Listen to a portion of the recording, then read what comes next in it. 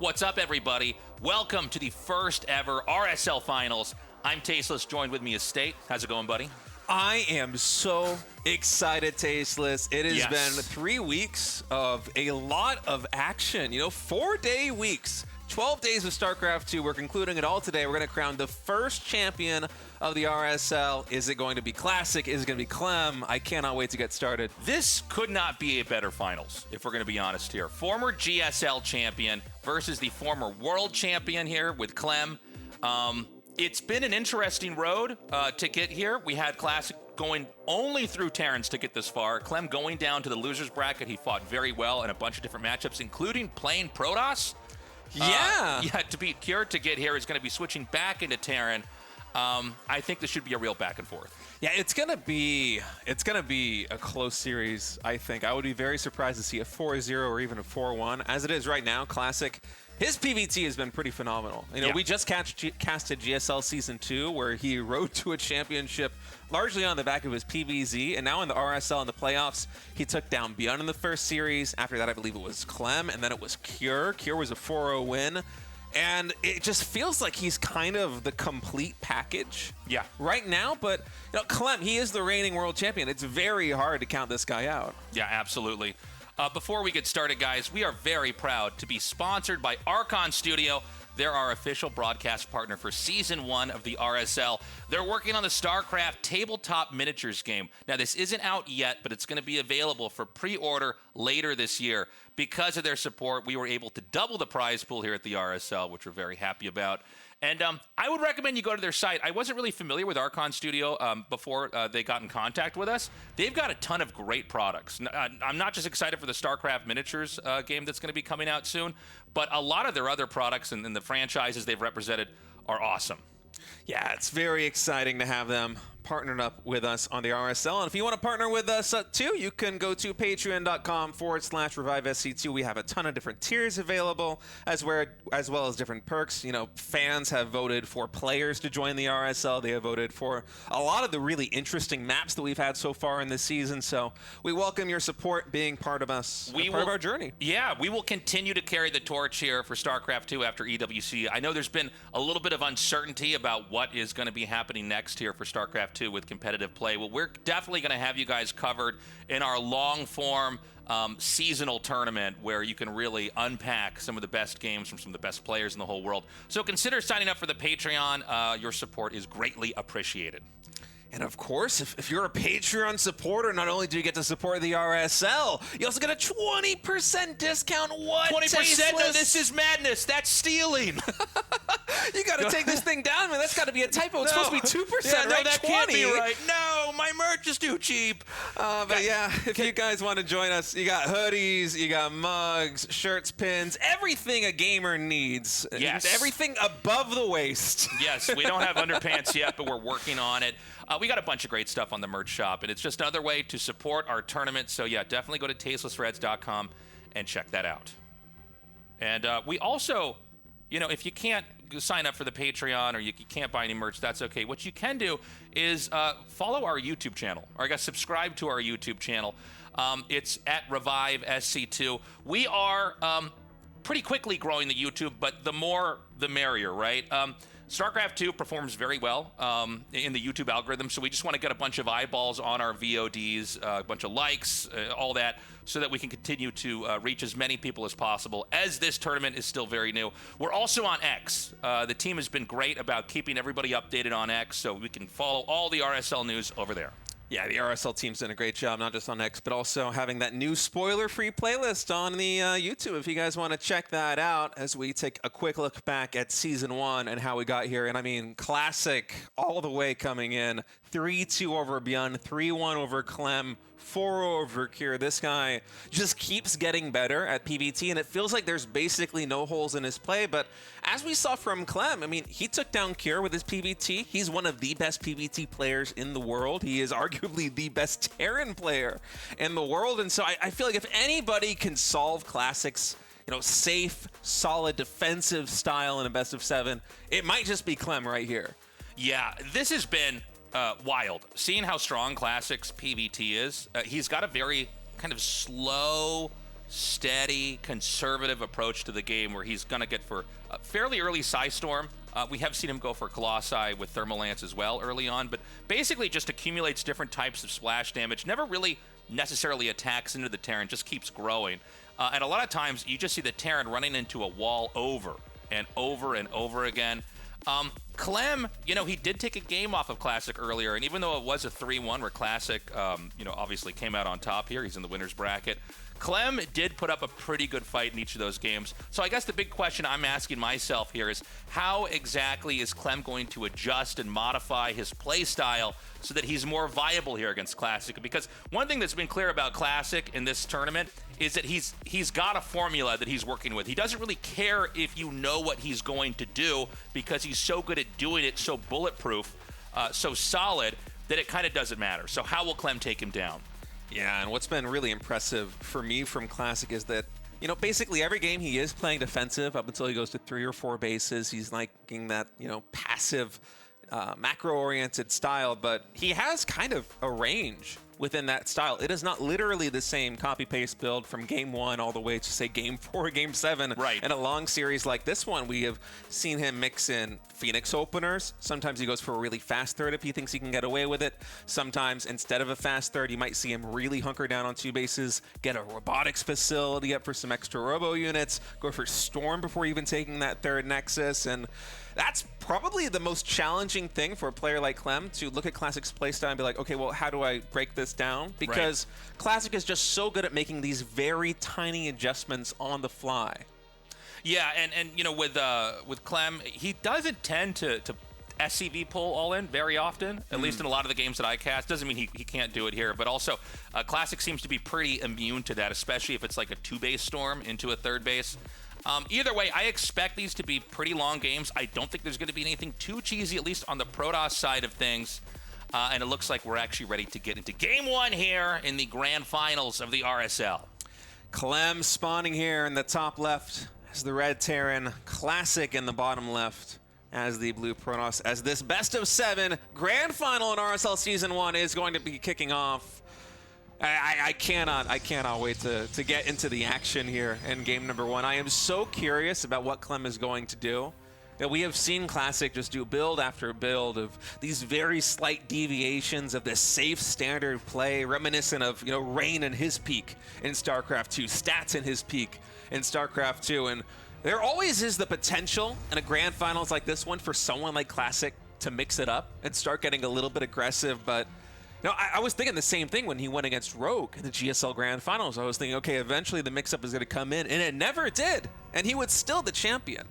So it's just, oh man, I cannot wait for this series to unravel and see exactly what we have in store. It's funny, you were talking about Rain or, players like Stats in the past. They were the defining macro defensive Protoss players.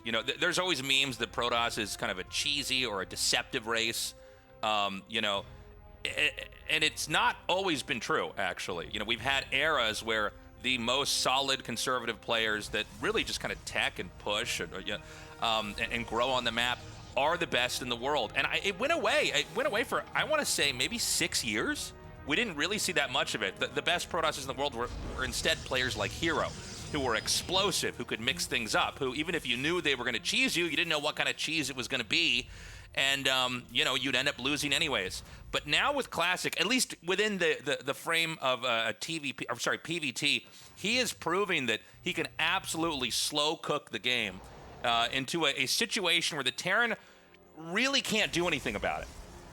Yeah, and I feel like he has been maybe the most impressive Protoss in terms of utilizing the new tools available, specifically energy recharge with hallucinated phoenixes.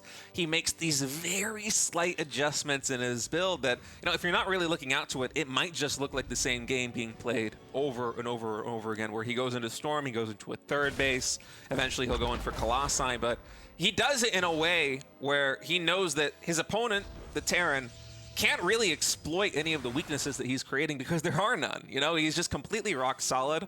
I'm thinking back to some of the other PVTs that we've seen Classic play over the course of the RSL, and for example, when Protoss players generally take a third or fourth base if they open Storm, you kind of want to make a Colossus transition come through eventually, right? Right. I feel like Classic has been very aggressive with that transition, going into a fast second robotics facility, a fast robo bay, and usually that is a moment of weakness before those units come online where the Protoss player can get punished. Classic basically never gets punished. Yeah, the first Adept is going to come in here. He'll get the confirm that he sees there's a command center being made. Right now, everything looks very standard. It's all by the book so far as build orders go. Terran is trying to get the expansion up, and I think we're probably going to have a Widow Mine drop. We see a second Widow Mine being made and a medevac. It's going to be the Blink upgrade, which is also about as standard as it comes here in the matchup. And the Blink is basically to let you defend pretty easily. The Adept narrowly escapes that, being able to shade away. Yeah, shading back to the natural expansions, shield battery, and we'll see what this Widow Mine drop coming in from Clem is going to be able to get done. Behind it, Tech Lab immediately dropping both on the factory and on the starport. So I think there is potential for some Banshee play, but I'm kind of expecting just Raven and Siege Tank here. Yeah, I think you're probably right about that. Now, this is all predictable, the Widow Mine drop coming in here. If this gets any more than 2 probes, it's going to be a fairly big deal because players like Classic are so perfect at defending. So it's going to glide through here now. First unload, and oh my god, he actually, for a split second, oh, that's so funny. It was targeting the probes that were going in and out of the gas geyser, and so it wasn't able to ever get the shot off. Funny interaction there. Yeah, but for a split second, it looked like Classic wanted to dive on it with the workers, and he did it again, actually. I thought, especially that time, that was a questionable move. I think it's, if the burrow's just a little bit late there by Clem, especially with the first drop in the mineral line, you can kind of worker drill on top of it. Yeah. And just one-shot it with the probes, then you miss basically no mining time, right? So. Yeah, good point. Yeah, it seems, if I were to do it, I guarantee it would be a complete failure. I would lose like every single worker, but when it's somebody with crisp control of Classic, I mean, it's just. He's willing to take that slight risk for the potential reward. And look at how safe this is, by the way, Tasteless. War Prism coming in, Templar Archives, additional gateways too, all before the third Nexus. Yeah, so a lot of Protosses take a third base around now. But what Classic's done in an adjustment to his build is he's basically racing into the Psystorm tech. And he doesn't really care that his third is going to be late because he can't be killed on 2 bases. And once the Storm's done, he can't be killed on 3 bases. That being said, Terran could be sizing up for a push in a little bit here. We saw Raven was made. That could be handy for shucking down auto turrets if that's what he wants to go for, or just trying to armor debuff the Protoss army during the push. But yeah, this game so far is going exactly how we said it probably would. Yeah, and it's just exceptional safety from Classic. Before that third Nexus goes down, we have 5 gateways, Charge, and Storm all researching. Wow. So this is kind of funny because usually in a game, one person is maybe a little bit ahead in bases, but the other player is kind of angling to punish him because that new base that he gets doesn't have enough workers to really take advantage of that and do a push. But instead, we have both sides powering pretty heavily. The third Nexus does start, but this is a very late third Nexus, which, by the way, I kind of like. Is he going to get this? Oh, it's so low on HP. He doesn't have enough for an auto turret to go underneath that. Yeah, there's 2 more Marines, but I think there's just barely enough room in between these 2 expansions for the recall to come in. If that Warp Prism had gone down, that would be huge right there for Clem. 3 Stalkers and a Sentry? Did I see that correctly in the drop? I think it was like 2 Stalkers and an Adept, or 3 Stalkers and an Adept, something like that. I don't know why I thought there was a Sentry in there. I thought, God, I don't think I've ever seen that. Interesting. Okay, so we got the repair coming up here on the medevac. That late third base is going to finish. And even though the pacing of this has been a little bit slow, what eventually happens, and by the way, it's very unlikely that Classic's going to try to push out and attack it in the game. What he wants to do is just eventually, when he has all this tech up, just keep taking bases. And eventually he'll outgrow the Terran so much that there's not a whole lot the Terran can do, and we could even get into a base trade because the Protoss is willing to give up bases because he has so many more. There's a huge drop coming out here, and he did also push out in the front. So he's trying to make it look like this is a push from the front, but in fact, it's going to be a drop coming in here on the side. And Classic is anticipating this. Oh my goodness, the Star Sense out of Classic. He has 6 Stalkers in position to 2-shot 2 of those medevacs. The third one is able to fully unload, but a lot of damage done right now. Clem is going to go maybe into the main base, but all of the wind just completely out of the sails. And with a storm and a feedback, that medevac is also going to fall. Wow, what an exchange for Classic. Watching his Templar fight while getting healed by the shield battery is kind of a funny sight to see. And now, okay, that's it. He just taps out. Dude. Okay, so he was completely prepared to just blind counter the drop. Like, he was just ready to go.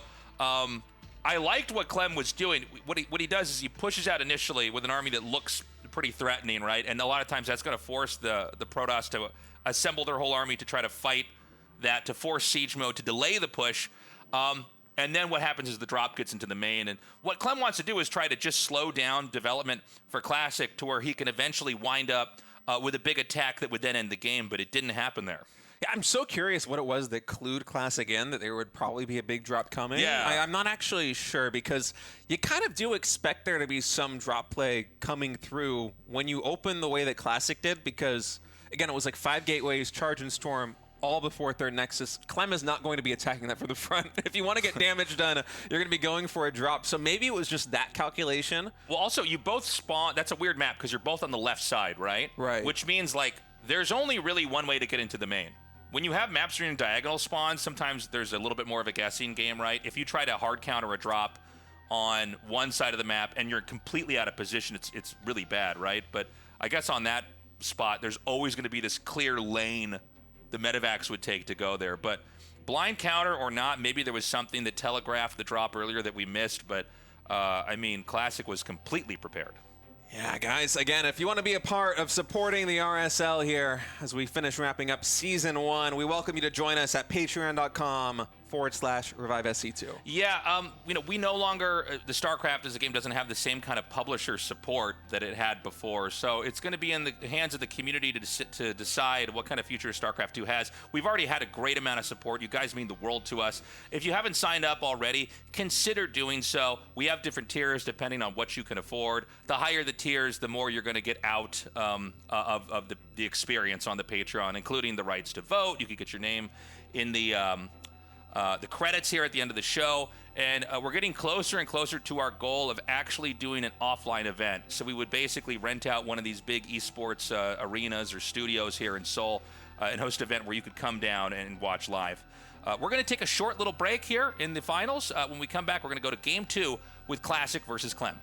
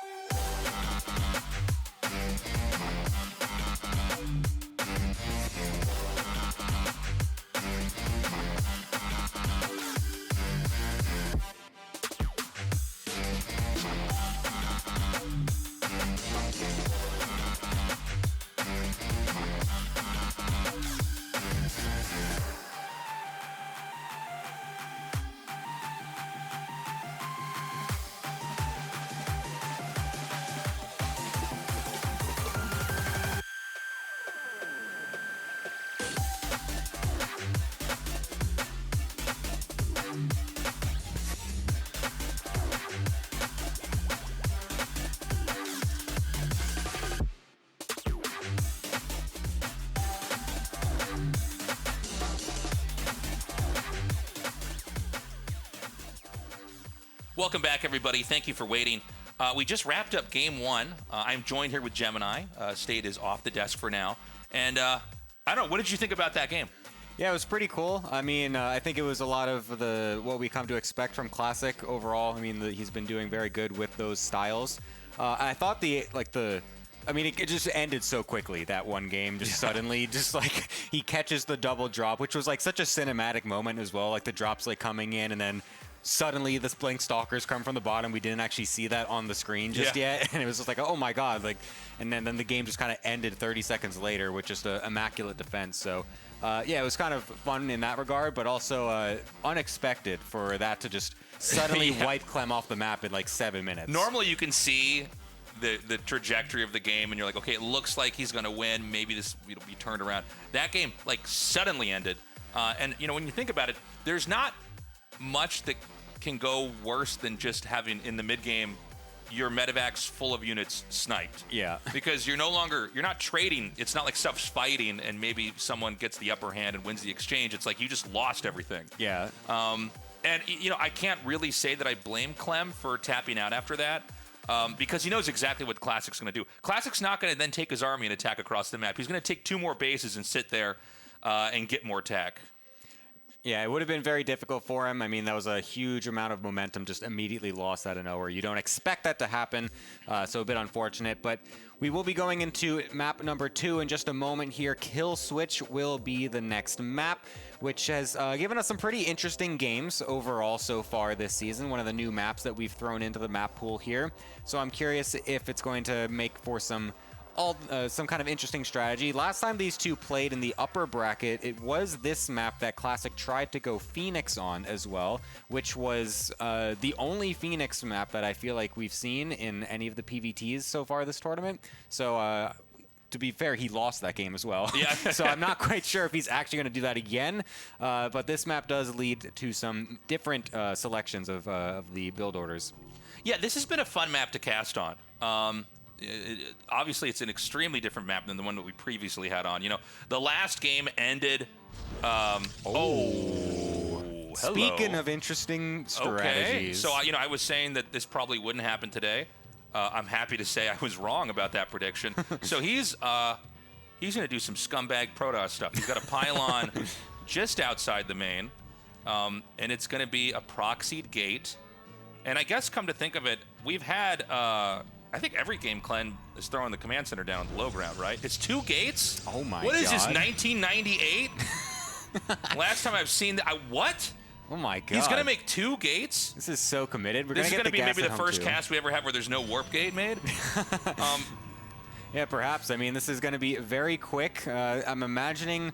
I mean, he's going to be going for a super fast Cybercore right after this as well to continue the aggression. I'm curious if he's going to just go straight double Zealot or if he just goes like 1 Zealot Cybercore and then has 2 Stalkers coming up after or something. I think that might be it.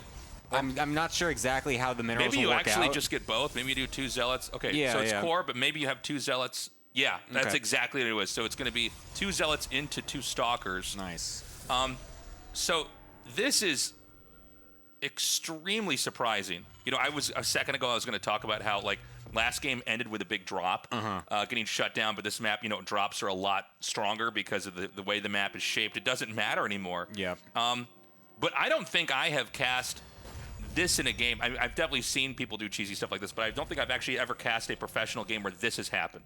Yeah. Specifically. So the Reaper's going to come over here now and he sees it! I was just going to say, because of the placement and because of the pathing, this should be calculated out by Classic so that way it doesn't get scouted, but just barely it's close enough to the ramp and that Reaper will spot this. That's massive for Clem here. It is very good though because he was going for a 2-gas opener on the high ground, so this is the best possible situation for him blindly anyways, but even if he did not get that scout, there's still an opportunity for Classic to have done insane damage because there's no reactor.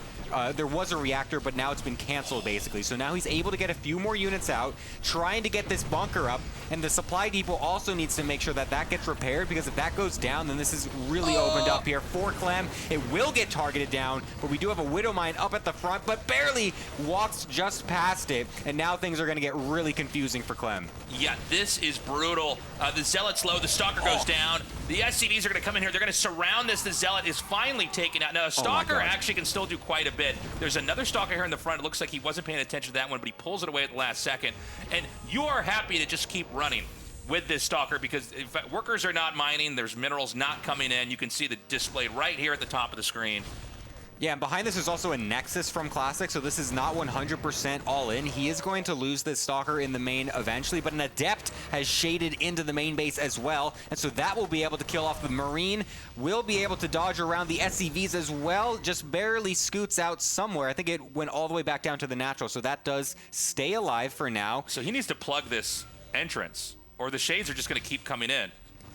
Yeah, it's going to get kind of weird. It's kind of, I think Classic is not actually making too many more Adepts, so he's just going fully on into Stalkers after this. Of course, you still want to wall this off, so Clem will get that down. But this is going to be, honestly, Clem kind of forced into a one-base situation for much longer than he was anticipating, and the Classic still has plenty of opportunity to harass these supply depots, even going to be able to get the one that had the extra supply drop down. So if he kills this, that's going to be so much supply out from Clem. But there's a drop inbound. Is there anything actually in the main? I guess, you know, hold on. Warp Gate's about to finish. I was going to say, because does he have Warp Gate? He could warp something in here to try to protect this. This depot is going to go down.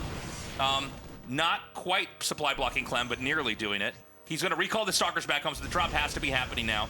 He sends the Stalkers back. He's going to pick them up. Now, this is where, you know, games get really interesting, right? Because Terran survives the rush, but infrastructure's in the middle of the map, which is awkward. I can't believe this. Now, this is a slow zone, or whatever you call it. This red thing slows units down. And I think that actually that means the Stalker's going to be able to act. Oh, it gets away. God, that was perfect from Clem. The cooldown just barely coming back up in time. And now he's got the rest of his units on the high ground, so he will be able to ferry these Stalkers away. Medevac cleanly going to the bottom on the safe route. So that will come back home as well. So a nice bit of crisis management here from Clem to be able to keep these early units alive and might be able to pick away at this gateway and deny some of the extra production from Classic as well. Yeah, there's a lot of Stalkers here, but I don't know that they can quite get in here at the angle they want to. A siege tank's going to come up. He can siege up over here. Now, this is really important infrastructure. Losing these two gateways really slows everything down. Terran is expanding behind this, by the way.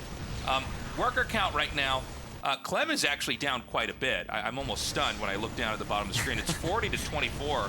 And yeah, I mean, he's going to need to get a lot more workers in this game if he's going to be viable. Yeah.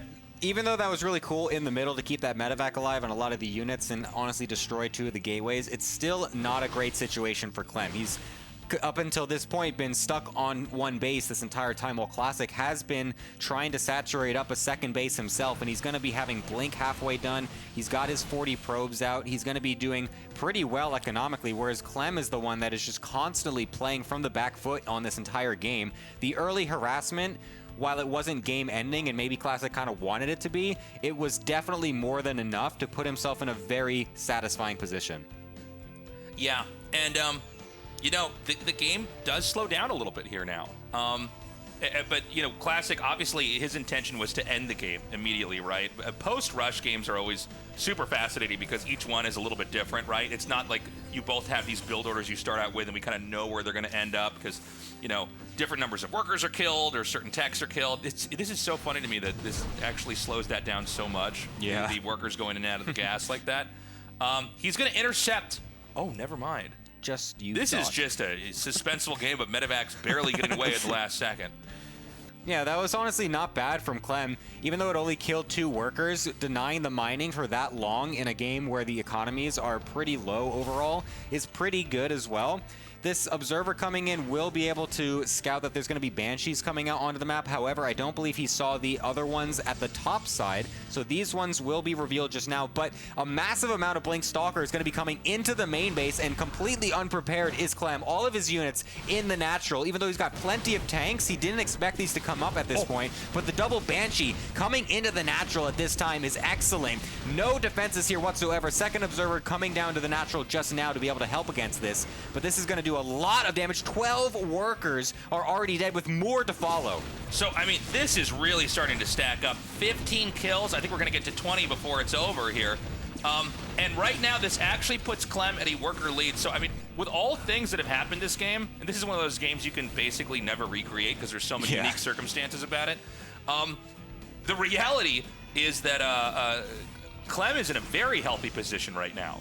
Yeah, that was exactly what he needed. He needed some nice miracle move to really bring him back into an even state, and at this point, even into an advantaged state. Gonna lose the 2 Banshees. That's a bit unfortunate. Actually, very nice from Classic to track those down. That would have been a really big pain in his side if he wasn't able to find those. And they actually do add a lot of DPS to the push if that's what Clem was going for, and it seemed like he was, because this is a big army coming out here. That's what, 5 tanks in this attack? That's going to be very lethal. If we can't get a surround or some sort of pick off like this onto the backside of the tanks, excellent micro from Clem as well, but actually focus fire onto the medevac will also clean that up. So nicely done by both players to pick off and also save a few critical units here. Did he not stim back there? Does he not have stim? I don't think he has stim. I don't think he has stim. He's been focused so hard on just getting as many units as possible. He hasn't been able to get a tech lab. So now Classic also coming in with the Blink Stalkers will deny the mining and then recall back to defend. This is so weird seeing a push without stim. And I mean, this is just way too much, right? Classic, you know, this all came down to the fact that he got in there and sniped those tanks. We were talking about Clem being in a good position. Man, that changed really fast with this bungled push. And again, you know, you could see the amount of corners that Classic has had to cut. Or sorry, Clem has had to cut in order to even engage with Classic is fascinating. That's like maybe the first and last 5 tank push with Marines and a Cyclone and a Banshee that I'll ever see, right? With no stim, no medevacs, no combat stim. shield either. Yeah, stim just now starts. So these are the consequences of really scrappy early games, right? Is we don't have the kind of normal development. So stim has started now, same with combat shields. Classic going up into Psystorm as well. I do feel like this is going to be a really tough game here for Clem because even though this was not the game we expected, you know, it was one where Classic did a pretty cheesy rush, excuse me. It has moved back into what we sort of thought it was going to be, which is Classic basically defending, turtling, growing, and eventually just getting so big there's not a whole lot Terran can do. Yeah, this is going to get really difficult for Clem in these next few minutes because he invested so much into the early tanks, into the early Banshees with Cloak, and just getting as many Marines out as possible. This means that, like you said, all of his upgrades are so late. So he has to wait for Stim, he's got to wait for Combat Shield, wait for +1 attack. He's got to recoup all of that before he could go back on the map again. And to be fair, his macro has been excellent during all of this, though, because his army is still quite large, even though he kind of lost a lot in the initial attack. Because Classic also has to recoup a little bit, too. He had to cut a few corners here and there. His storm is much later, but when it hits, oh my god, that is an insane storm. That was like literally, it's like how many, what is the maximum number of units you can damage in a storm? I think we just saw it right there. Like that was perfectly fit. Now, Classic has to be careful not to overextend here, but just to get an idea, oh my god, he got it and stormed the workers. Oh my god, I've not seen a storm drop that successful in a long time. Yeah, that did so much damage.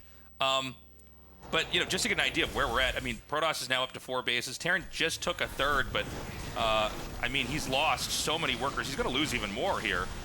In fact, he just taps out. He's going to lose the game.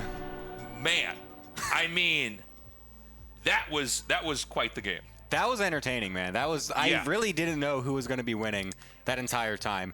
That was really unfortunate at the end there for Clem, though. He's just getting completely caught with his pants down on 2 different sides. One with the main army, the Storm, just destroying everything, and then on the back end, I want to reiterate, I've never seen a Storm Drop do that much damage in, I feel like, since like 2012 or something. A lot of times with Storm Drops versus Terran, it's like the first one might not kill that much. Like, you know, pros are so good at reacting and pulling their workers out right away, but then it's like the second or the third one, because you don't want to be sitting there repairing or healing SCVs. It's not a good usage of your medevac energy or your resources. But yeah, not only that one storm that hit the army, like perfectly. I think Clem's screen just wasn't over that at the time, and they walked right in, and you could see he clicked them out, and they walked right back out, taking a ton of damage there. What an unusual rush. Yeah, that was really cool. I was not expecting that from Classic. The perfect map to bring that out on, though. Because that was, of course, one of the smaller maps that we have. So like we were saying, that one leads to some pretty interesting games. And that was, I think, that was honestly like one of my favorite games of the tournament. It was very interesting. Same. You know, it's funny because the rush was spotted. I mean, it makes you wonder what would have happened if he had just made the gateway like up Yeah, to the yeah, side yeah. a little bit. I think the game's over at that point because I think so, he yeah. was building a reactor. He had one Reaper and that was it. He was building a reactor on the barracks and then his factory. He had no units. He wouldn't Yeah. have had anything to defend. Yeah, I mean it's crazy. He did a phenomenal job dealing with the rush. And then I did feel like there was a moment where he could have won. Like once the Banshee started to kill the workers. Yeah. The push was interesting.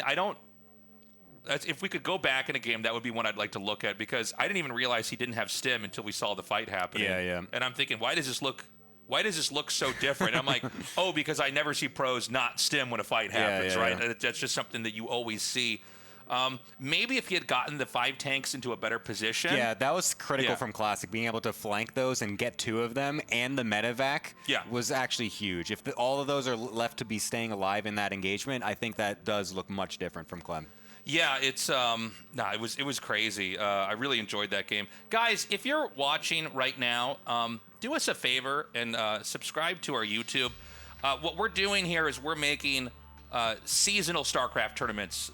This is what I grew up on. This is what I loved watching the MSL. I loved watching the OSL. That was my Game of Thrones. I got to watch each match and see the stories unfold and find out who was going to be the best StarCraft player in the world. That's what we're trying to do here. We have spoiler-free VODs uploaded. So just like you don't want your favorite Netflix show spoiled, that's what we're trying to do here now. And we're trying to grow this YouTube. It's very tiny, but the bigger it gets, the more fans of the game will find it because the algorithm will reward that. So yeah, consider joining our YouTube, and we're also very active on X.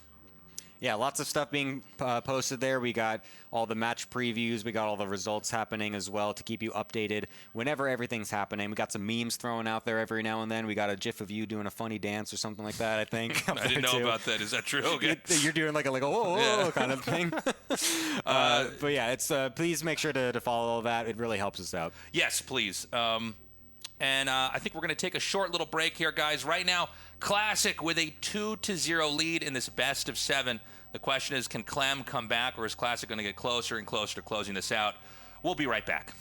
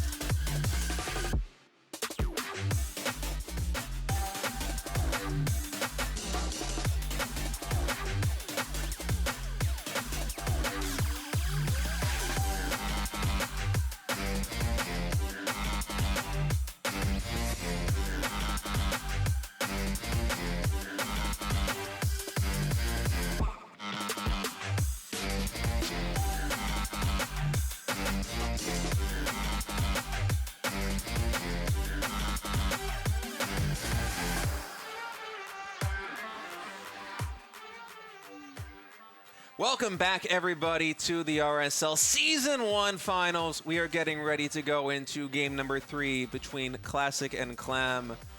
And my God, Gemini, Classic is looking so strong right now. Yeah, it's actually insane. Like, he's only been playing Terrans in the entire bracket this far, like in the playoffs, and every single time he looks so dominant, but every single time I'm also thinking, like, surely something's going to stop him. Like, there's so much to study at this point. There's so many games that he's been doing very similar builds, very similar styles, and yet he still kind of brings out something new. This last game was something new that we haven't seen at all, but even the more standard stuff he's doing, the Terrans just don't really seem to have an answer for it right now. He's just consistently playing so well. Yeah, me and Tasteless were talking about this heading into game number 1, where it's like, you know, Classic, basically every single PvT, maybe even every single PvT so far this tournament, he's just played the same safe style, trying to take a third base. Sometimes he'll make a couple changes, like he'll go Phoenix instead of going Blink or something like that, but it's always the same overarching style. Game 2, going for the double gate proxy versus Clem was so cool, and exactly as Gemini was talking about, 3-2 over Beyond, 3-1 over Clem in the winner semis, knocking Clem down to the lower bracket. 4-0 win over a Cure, who almost won GSL Season 1 this year versus Hero. I mean, Classic is just unstoppable right now. Yeah, I mean, now he's 2 up against Clem in the grand finals. Clem also, by the way, it says TVT on the bracket. He actually did play Protoss as well versus Cure, so that's always that's a fun thing to note as well. So, yeah, it seems as though we have a couple excellent Protoss players in this tournament. One of them also a Terran player, just happens to do both apparently. But yeah, Classic is just absolutely running rampant with this bracket right now. And I mean, even with the last game that we just saw coming out with some pretty cool strategies on some of the more non-conventional maps is just a treat to see, really. So I'm just kind of curious what kind of stuff he's going to bring out, if he just goes back to his more standard stuff, or if he's got even more tricks hidden up his sleeve.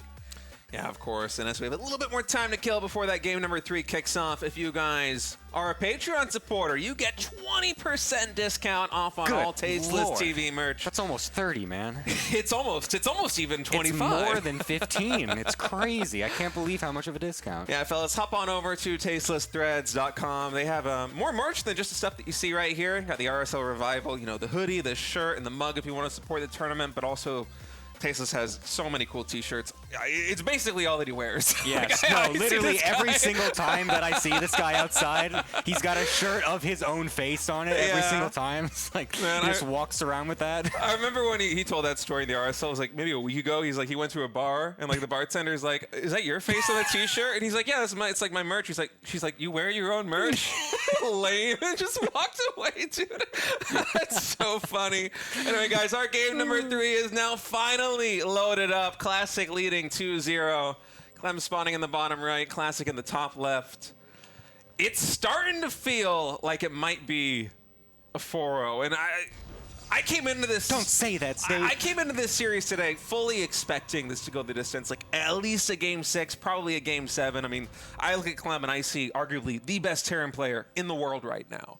Especially someone who plays PvT instead of TvT. You know, he gets extra practice in this matchup, but Classic, there's just something about the way that he is approaching, you know, his play style, just the overarching theme that he's been going for, whether it be defensive or even mixing in some of the proxies like we saw with the 2-gate last game, where there just really doesn't seem to be an answer, or if there is one, no one has found it yet. Yeah, and I feel like of all the people to find it, it should be Clem, considering you just said that, yeah, he also kind of plays the other side as well, and he should kind of know some of the ins and outs a little bit. He's also just generally a really good person at being able to go and just come up with new styles or whatever. He can easily do that. So I'm curious of what he's got cooked up here for this next game. Maganatha, a bigger map, so he doesn't have to worry too much about any of those proxies. He's going to even just be going for a 1-gas opener himself as well. No more 2-gas stuff. So we'll see what he's got cooked up here.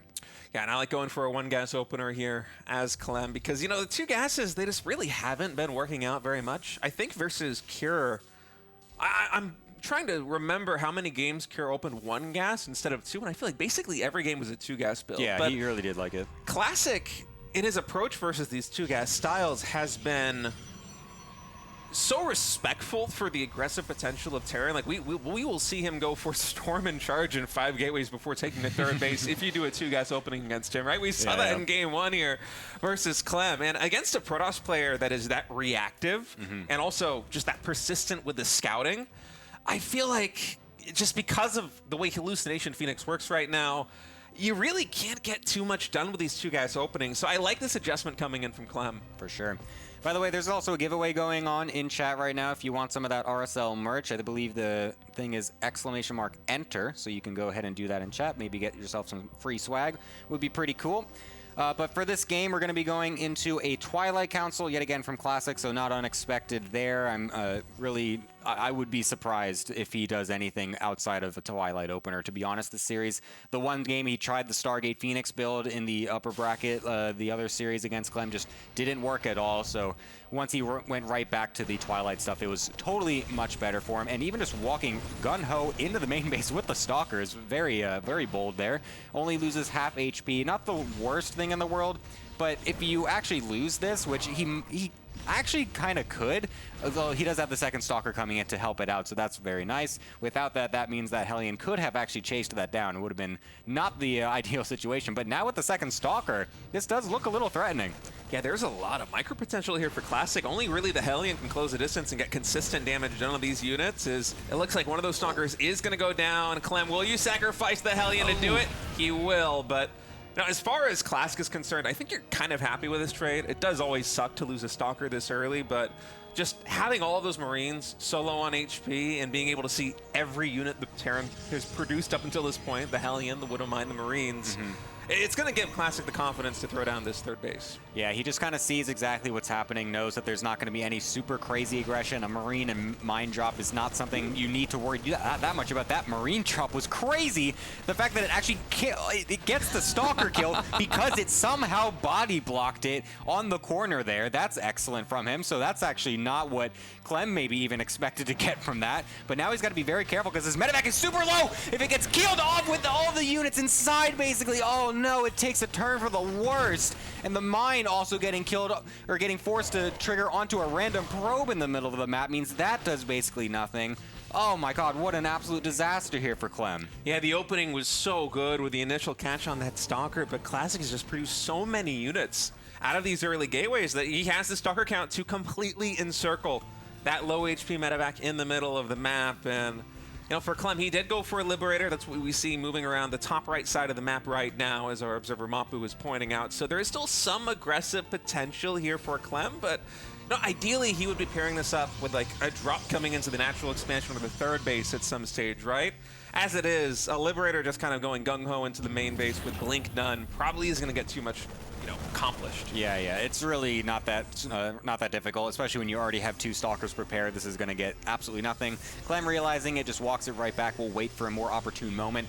But, I mean, this is something that Classic has been doing so well in all of these games he's played. Even if he doesn't go for the early Hallucination Scouts, he goes for this early Stalker pressure. That's a bit unfortunate, losing a lot of HP on this Stalker, but he's been so good at just taking the early map and making it so difficult for these medevacs to actually get across the map. And he just kind of abuses the cooldown of the boost to be able to get those snipes early. And he's been very consistent at that. And this game's showing some amazing form with that as well. This tank Marine push coming across the map has some opportunity to do some damage, but the Stalker harassment on the units coming forward has been pretty decent, but 3 tanks, oh no, especially if you walk right into them, is definitely going to be very threatening.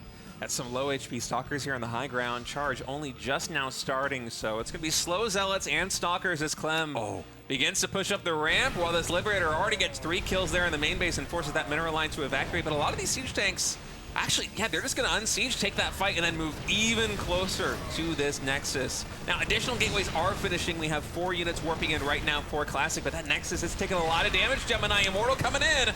Oh yeah, this Immortal is going to be critical to help defend against this, but nice focus fire from Clem to be able to kill that off quickly, but I don't think that even is going to matter because the extra reinforcements from Classic will be enough to push this back. 4 probes were killed during all of this, but that is a lot of units from Clem to trade out to be able to get that type of damage. Yeah, even with the slow Zealots, they were just able to absorb enough damage that, Classic kind of routed that push. And behind it, there wasn't an SEV pull coming in from Clem. It wasn't that heavy of a commitment. There is a third base also nearing completion, but you defend that push with Storm completing here as Classic, and I think you're feeling really good now heading into the mid game. He's going to take a fourth base. Finally, the first Forge is online, getting +1 ground weapons.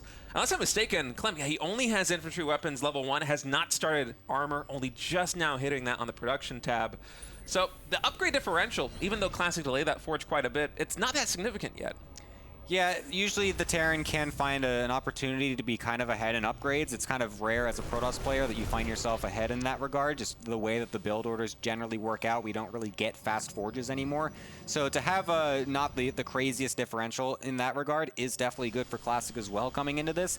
Storm actually only just about halfway done here, so did have to delay that to defend the initial push, and that was a nice alteration there from Classic to realize how much aggression was coming at him earlier on. So we'll just get this when he knows he is safe for it. We'll get that eventually set up, and has a Prism kind of lurking around the map to try and set up some extra vision, getting a Zealot on the watchtower. He's even got something on the very top right hand side, looks like a probe making a pylon, just to get any type of extra vision to make sure there's no medevac sneaking around, because that is definitely something that Clem loves to throw out.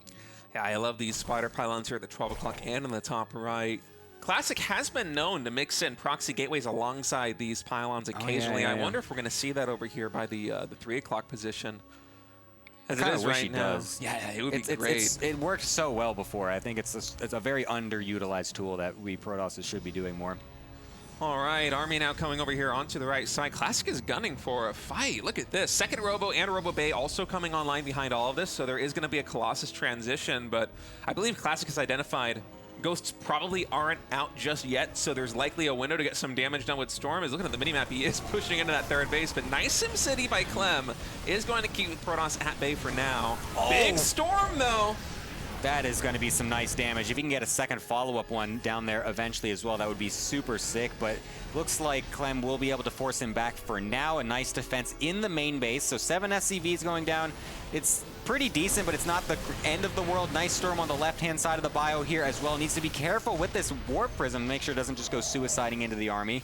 But honestly, a pretty decent defense from Clem, and a recall actually forced from Classic. I was even looking at the minimap to see if there was something he's recalling for, but I think he just was scared that he was about to get jumped because the position that he was kind of forcing himself in allowed him to potentially get surrounded there. So honestly, a nice, just very passive decision from Classic to make sure he doesn't just suddenly throw the game in what is basically a pretty even situation. It's an even situation, but I feel like this is the best that Clem has been looking the entire series, because that EMP that he hit on the Clem Templar was so clutch. It took all of the firepower out of Classic's army, and perhaps Clem, that might have been an opportune moment to push across the map and try and get some more damage done, because with energy recharge available for Protoss, you have maybe 2 more Storms you have to deal with if you don't get the EMPs there as Clem. But as it is, the first 2 Colossi, they will be done. 4 more gateways halfway complete as well. And actually, we have both these armies. Okay, Clem is going to pull back. I was wondering if we might have a base trade situation. Instead, Classic just charging basically into the natural expansion and then retreating right back out. Yeah, he just wants to try and deny this 4th base from getting planted easily. Doesn't know exactly where the army has moved off to. I think he was a little afraid to fully commit there. Just saw it moving across the map earlier with the tower, but now we'll see that it's all the way back here with this observer placed nicely in position as well. So won't just go fully on the engage. Doesn't feel like he needs to go for that just yet. His Colossus still coming up. He's got his double forge upgrades coming in. He's got extra bases coming up. Classic always the one to try and just prolong the game, try to safely set everything up for a longer situation. Doesn't want to just rush in to a disadvantaged position if he doesn't think he 100% has the kill. Yeah, but this is the moment of the game where Classic loves to get super aggressive, and him more than anybody else will just pile on gateways. I think we might be going up to 18 gateways in this situation, because Classic, what he wants to do is basically take a fight with effectively 220 plus army supply, maybe even 240 of the full bank with those 18 gateways. As Classic, he's going to be charged again. There's a lot of money in the bank with that Warp Prism. If that Warp Prism goes down, the reinforcements will be slim, but already a big round of Zealots coming in. The storms on the ramp are absolutely huge, but the EMPs from Clem, quite clutch. They're going to force Classic to retreat all the way to the left side.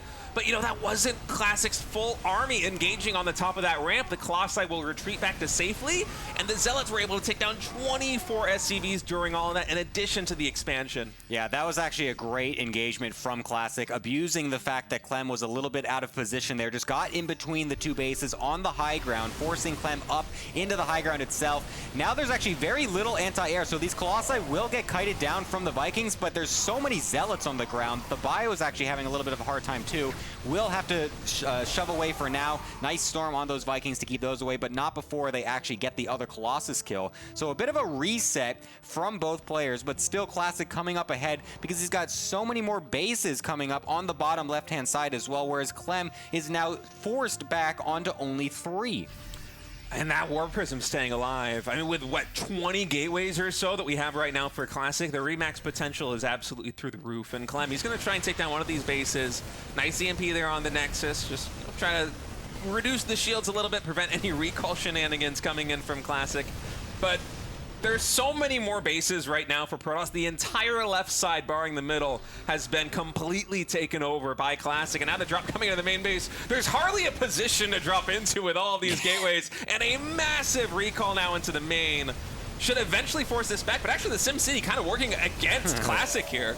Yeah, it's actually crazy how many gateways are in this main base right now. So Clem should be lifting back up to get on out of there. He doesn't want to overstay his welcome. Classic, realizing this, knows where this army's going to be heading, jumps on the medevacs and tries to catch Clem when he's not paying attention. The storms go down on absolutely everything as well. Going to be throwing these into the corner to try and keep them alive, but that does open up a big opportunity on the left-hand side. This is not defended right now, and the recall was just used, so we cannot just instantly recall down here as Classic. He's gonna have to run all the way over. Clem doesn't want to overcommit too much though, because Classic is here. Yeah, it's almost like Clem's playing whack-a-mole right now with all these Protoss expansions. One goes down, another one immediately pops up as we have another engagement. Classic able to catch this army before it can retreat back into the safety of that 4th base. The Vikings doing good work on the Colossi, but the standing army on the ground is just so big right now for Classic.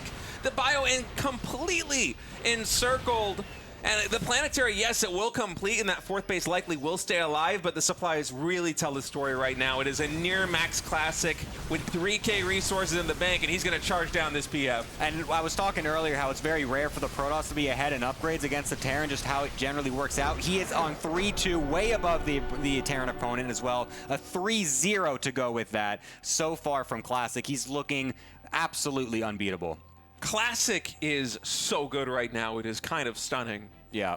You know, I feel like heading into, GSL Season 2, the Protoss player that I had leading the pack, in my mind, head and shoulders above the rest, was Hero. Yeah. But Classic showcasing such good PvZ in that tournament, and now coming to the RSL Season 1, and just putting on a clinic in PvT. Even when Clem is making these really good plays, like taking down those expansions or finding drops in the main base, Classic still finds some way to punish him.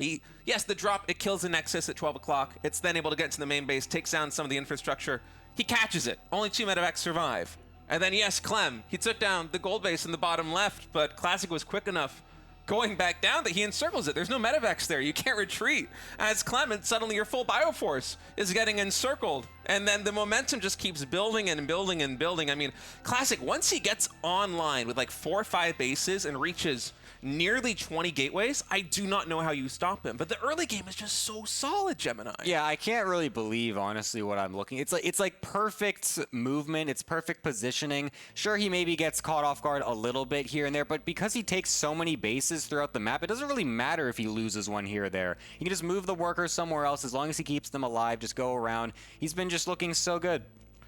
Well, it is now a 3-0 advantage for the Korean Protoss player as we wrap Game 3 on Maganatha. Ultra-level A-Lions talking back in the grid.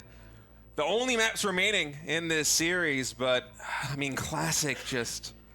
I'm trying to put myself into Clem's shoes, and I do not know what adjustments to make. Yeah, I feel like I actually kind of liked what he tried in the last game where he went for one of those really early Marine tank attacks. This is kind of something that I was even thinking about as something that could potentially come into the weak point, basically, like before Storm is ready, while you're still kind of stuck on just a few gateway units or whatever. But I feel like Classic still was able to deal with that pretty simply. Like, it looked a little bit sketchy at first, but was able to get all the reinforcements set up. It was totally fine. Maybe he tries to go for something, a little even greedier. Maybe like, throw in like a 3CC or something like that. Maybe really just try to outgreed the Protoss somehow, but that could obviously just get scouted, and then maybe Classic alters his things there too. So it's looking like it's not a clear answer from Clem, basically. Yeah, I mean, on Ultra Love for map number 4, there might be some chances. I feel like that one's maybe one of the more Terran favorite maps that we have in this pool, but we're going to have to wait and see what happens, guys. We're going to take a short break before we come back with game number 4 between Classic and Clem. We'll see you in a moment.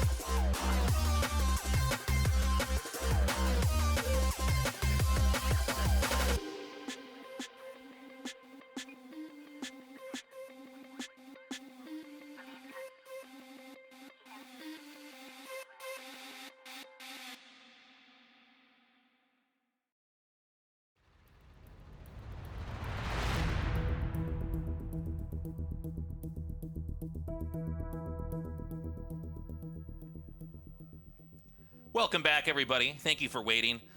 We are in a 3-0 position right now. This is looking tough. I think the games themselves have been interesting. They've had some pretty close and epic moments. I guess minus game one. Game one was kind of a train wreck there for Clem. But I don't know how Clem is going to come back. I don't know if he can come back. Classic is bringing this very gradual style where he's just getting further ahead and kind of zoning the Terran out of any real path to victory, so to speak. I mean, what is your take on this, State? Yeah, I disagree with you completely. It feels like he has been so on top of his scouting. Yeah. And just making these little tiny adjustments so that he's basically impervious to whatever Clem is going to throw at him.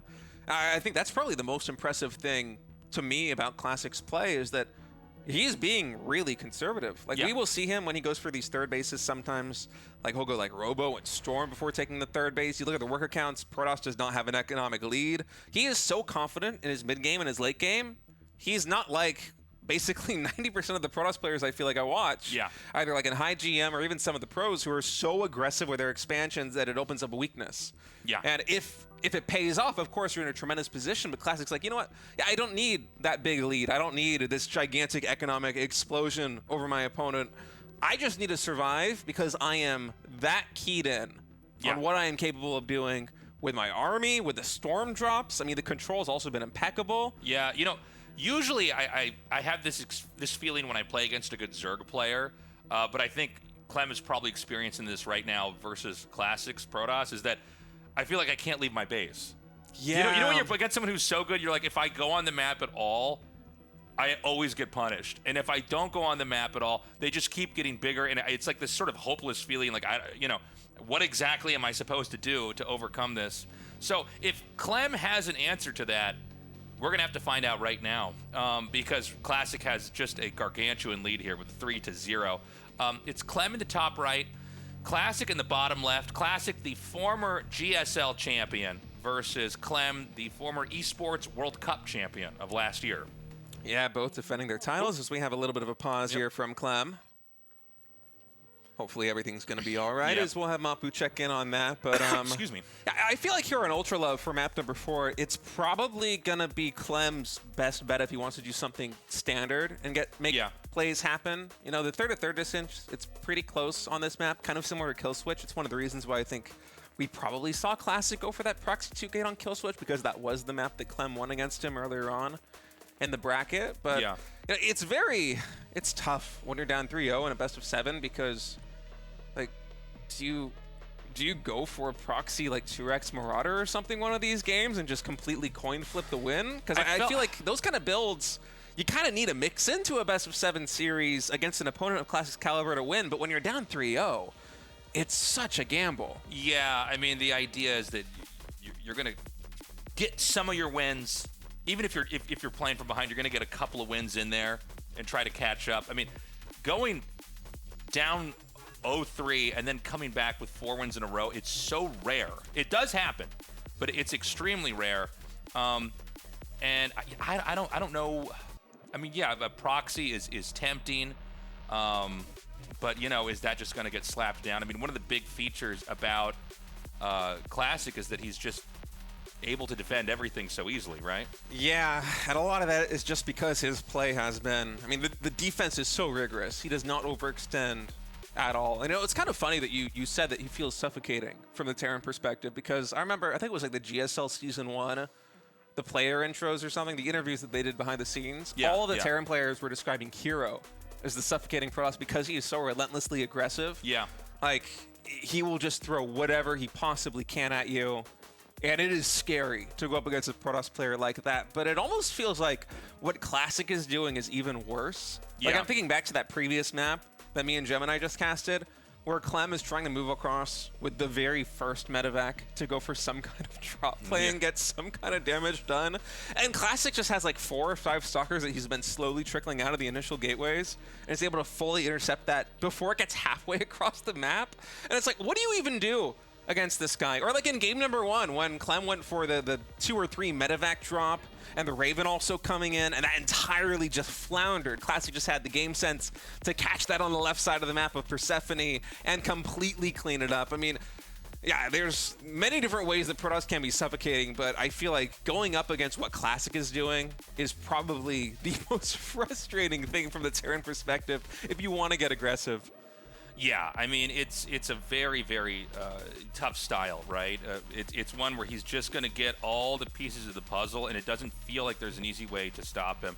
Thinking back to your proxy, and maybe your idea for the proxy, maybe that is the play. Maybe you need to just take this one game at a time and be like, what can I possibly do on this map to take it? You know, a lot of Terrans, when they want to do some kind of a cheese or an all-in or they end the game, a lot of times it's about just having an SCV pull. You know, but the issue with Classic is he's shown that he will actually play really slow and just get Storm and get extra gateways and then just take a late third. So you literally can't do that. Like if you SCV pull into Storm, you will lose the game. Yeah, and even the Colossi transitions come in at such great moments. I'm thinking back to the games earlier in the series where Classic went for the Colossi transition. I feel like one of the themes of that for him is that when he goes for the Colossus transition is when he gets really aggressive with the Storm and the Gateway Army. And he might not even be necessarily looking to find big damage with the Storm pushes, but it buys him space and it gives him time for the Colossi to come online. And like you said, if you go for an SCV pull against really fast Storm, well, suddenly your entire meat shield is just gone. And then if the push does not get insane amounts of damage done, it's game over, right? But then also, the Colossus transition comes online so quickly, too, with the 4th base from Classic when he goes for that Storm and a double Robotech, that I'm not sure what the play is. We have seen some glimpses of hope. Like, there was that one game on Kill Switch where Clem went for the double Banshee with Cloak. They got, what, 20 workers killed? That was insane. Which was insane. But then we had, like, the most clutch Storms of all time coming out from Classic immediately behind that. So it's... I don't know, man. He feels... I haven't felt this way about a Protoss player in a very long time watching them play. It just seems unstoppable. Yeah. Well, it's interesting because, you know, we've had times where Protoss have been in a pretty tough spot historically in StarCraft II. I mean, there's always kind of the meme that, you know, Protoss OP, and certainly if you're like a brand new player to the game, there's a lot of things you can do as a Protoss, or, you know, if you're playing, you'll definitely be, you know, cannon rushed by Protoss, or there's all sorts of weird cheeses they can do. But... you know, right now I'm looking at the matchup, and I feel like Classic has the formula mapped out for this matchup in a way that we rarely ever see. Like, it's you know, a lot of times I look at a game and I go, man, well, maybe he could do this or he could try that, but it's just not exactly clear to me what he could do. We're gonna see what's gonna happen coming up here, guys. We've had a small pause here. We're going to be back in the game momentarily. Yeah, Clem had some issue with his PC, so he's going to restart, and then we're going to resume from replay, and things will continue on. But, I mean, just Classic.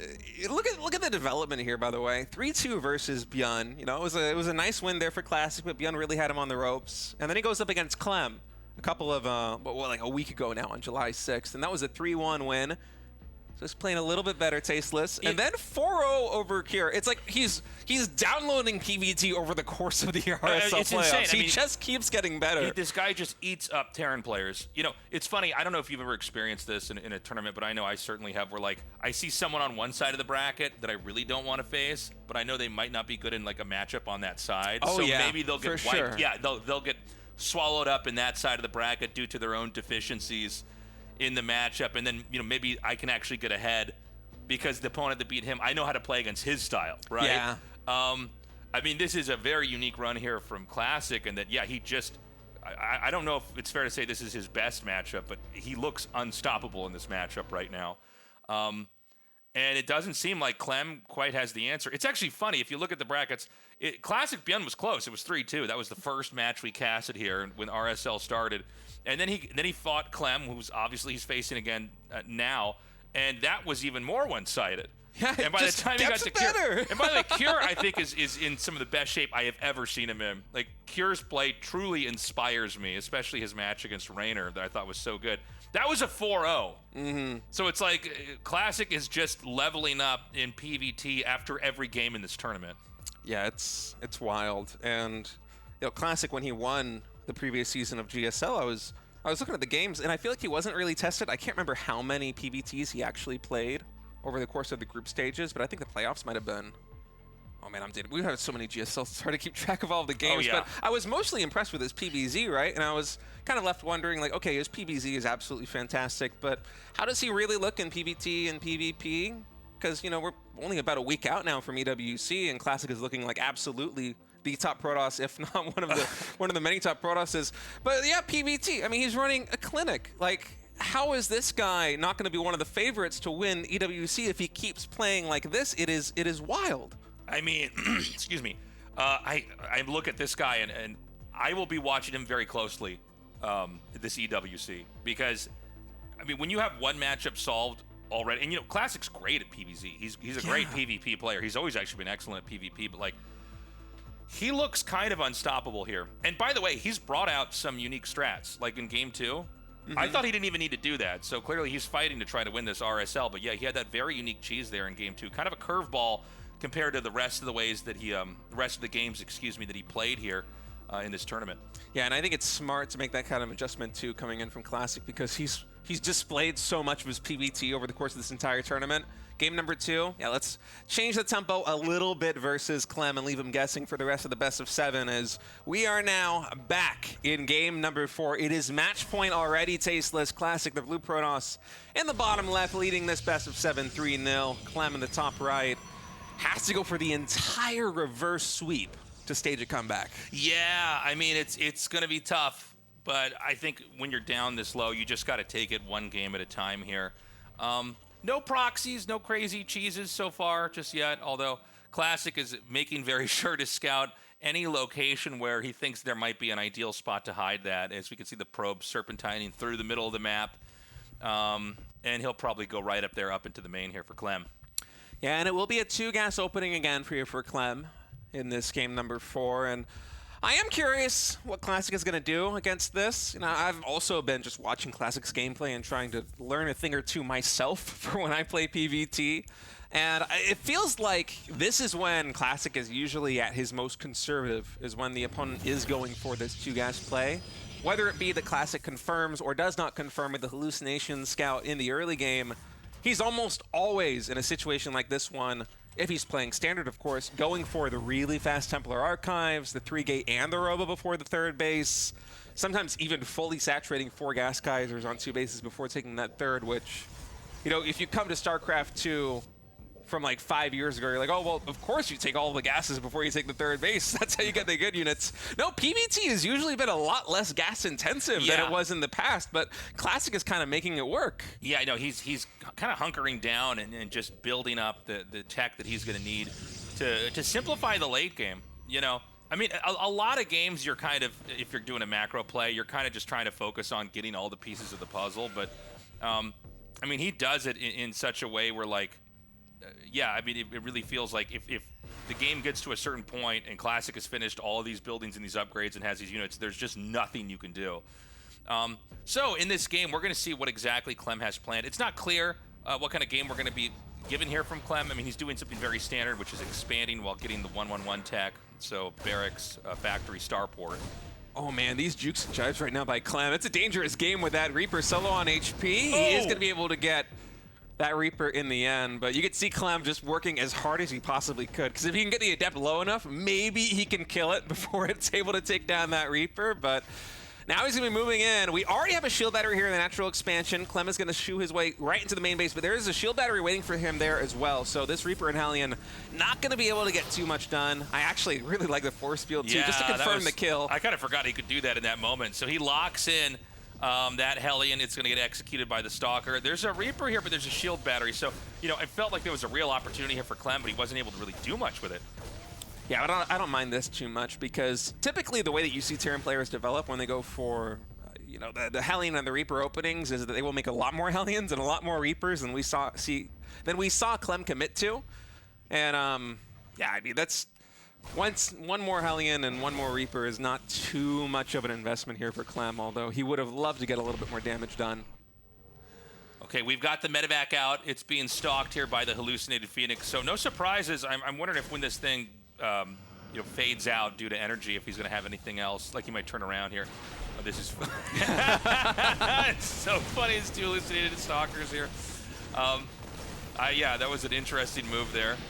At the end, is he still going to go for it? I feel like you want to just send this back home, but I guess not. I guess he's going to see if he can't kind of finesse something, maybe siege up and try to hit this gateway. Yeah, he really wants to commit, and Classic's going to try and get on top of that siege tank. He will lose one stalker in the process, but the fact that Clem is going for extra siege tanks and rallying them cross-map with this one, he would have loved to just get entrenched in that position there by the third base. So I like Classic. You take one on the chin losing that stalker, but if you're going to unseat the Terran from that dangerous siege position, you're going to be really happy with it. Yeah, I hope this works for Clem's sake, but I'm worried that he's just going to end up feeding into the Protoss here. If you start to bleed out these units, nice, he gets the kill on the stalker. It seems like what Clem's trying to do is get some jabs in here, and then maybe follow it up with an attack that could be fatal for Classic, but Classic's kind of shrugging it off. Doesn't seem like he's taking too much damage. And in fact, Classic's actually looking for a fight now. He's saying, you're somewhere on the map. Let me see if I can catch you. The Liberator's going to wrap around here into the main. Oh, hold on a second.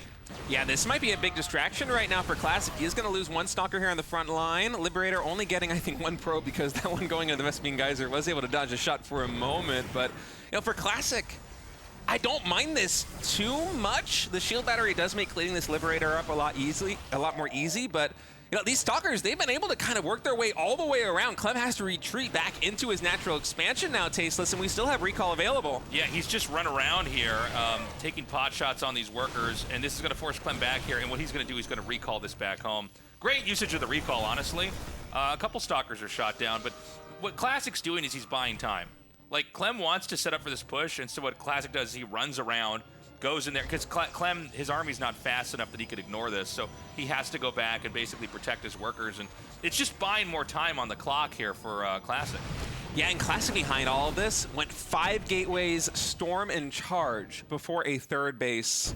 And some nice maneuvering, too, getting some extra damage done on these siege tanks as well. Dude, he's so good with these stalkers. Yeah, it's crazy. So a lot of times, this is even an old concept from StarCraft I, but when Terrans are pushing, especially in games like this, you want to have something in between the reinforcements that can basically pick off the few units that are on the move out on the map.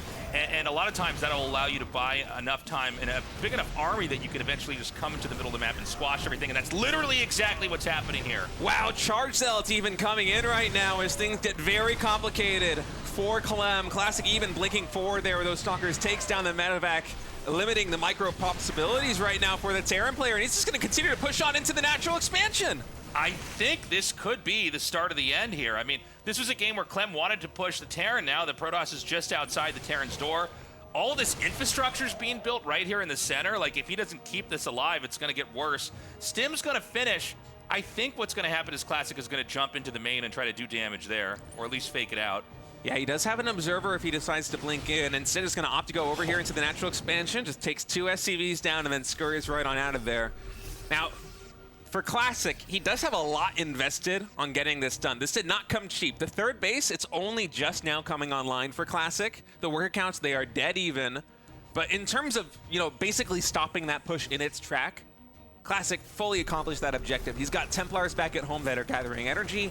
Storm, unless it got canceled again in this game, I think has already been researched. And with the way he's maneuvering with these Templar, I'm pretty sure he has it already. Uh-oh. These armies are going to clash. These storms could be huge, Tasteless. Yeah, he's going to come out here. These storms are pretty good. He's going to drive him back a little bit. Another storm's going to come down here. Yeah, not the biggest connection with these storms, but I mean, look at how many Templar we have right now. This is kind of absurd for 8 minutes into the game to have this many storms available. You don't even really need to nail the perfect storms. You just kind of have to zone away the Terran army. With a medevac count down at 4, these stims plus the tick damage from that storm, I mean, those medevacs, they will be so low on energy for the foreseeable future. And now we have this Warp Prism getting ready to go into the main base. Yeah, he's going to try to just force a Terran to keep protecting anything that's back at home. He's going to unload these Zealots. He might even want to do a warp in here. This is quite a bit. And, it's getting worse here for Clem.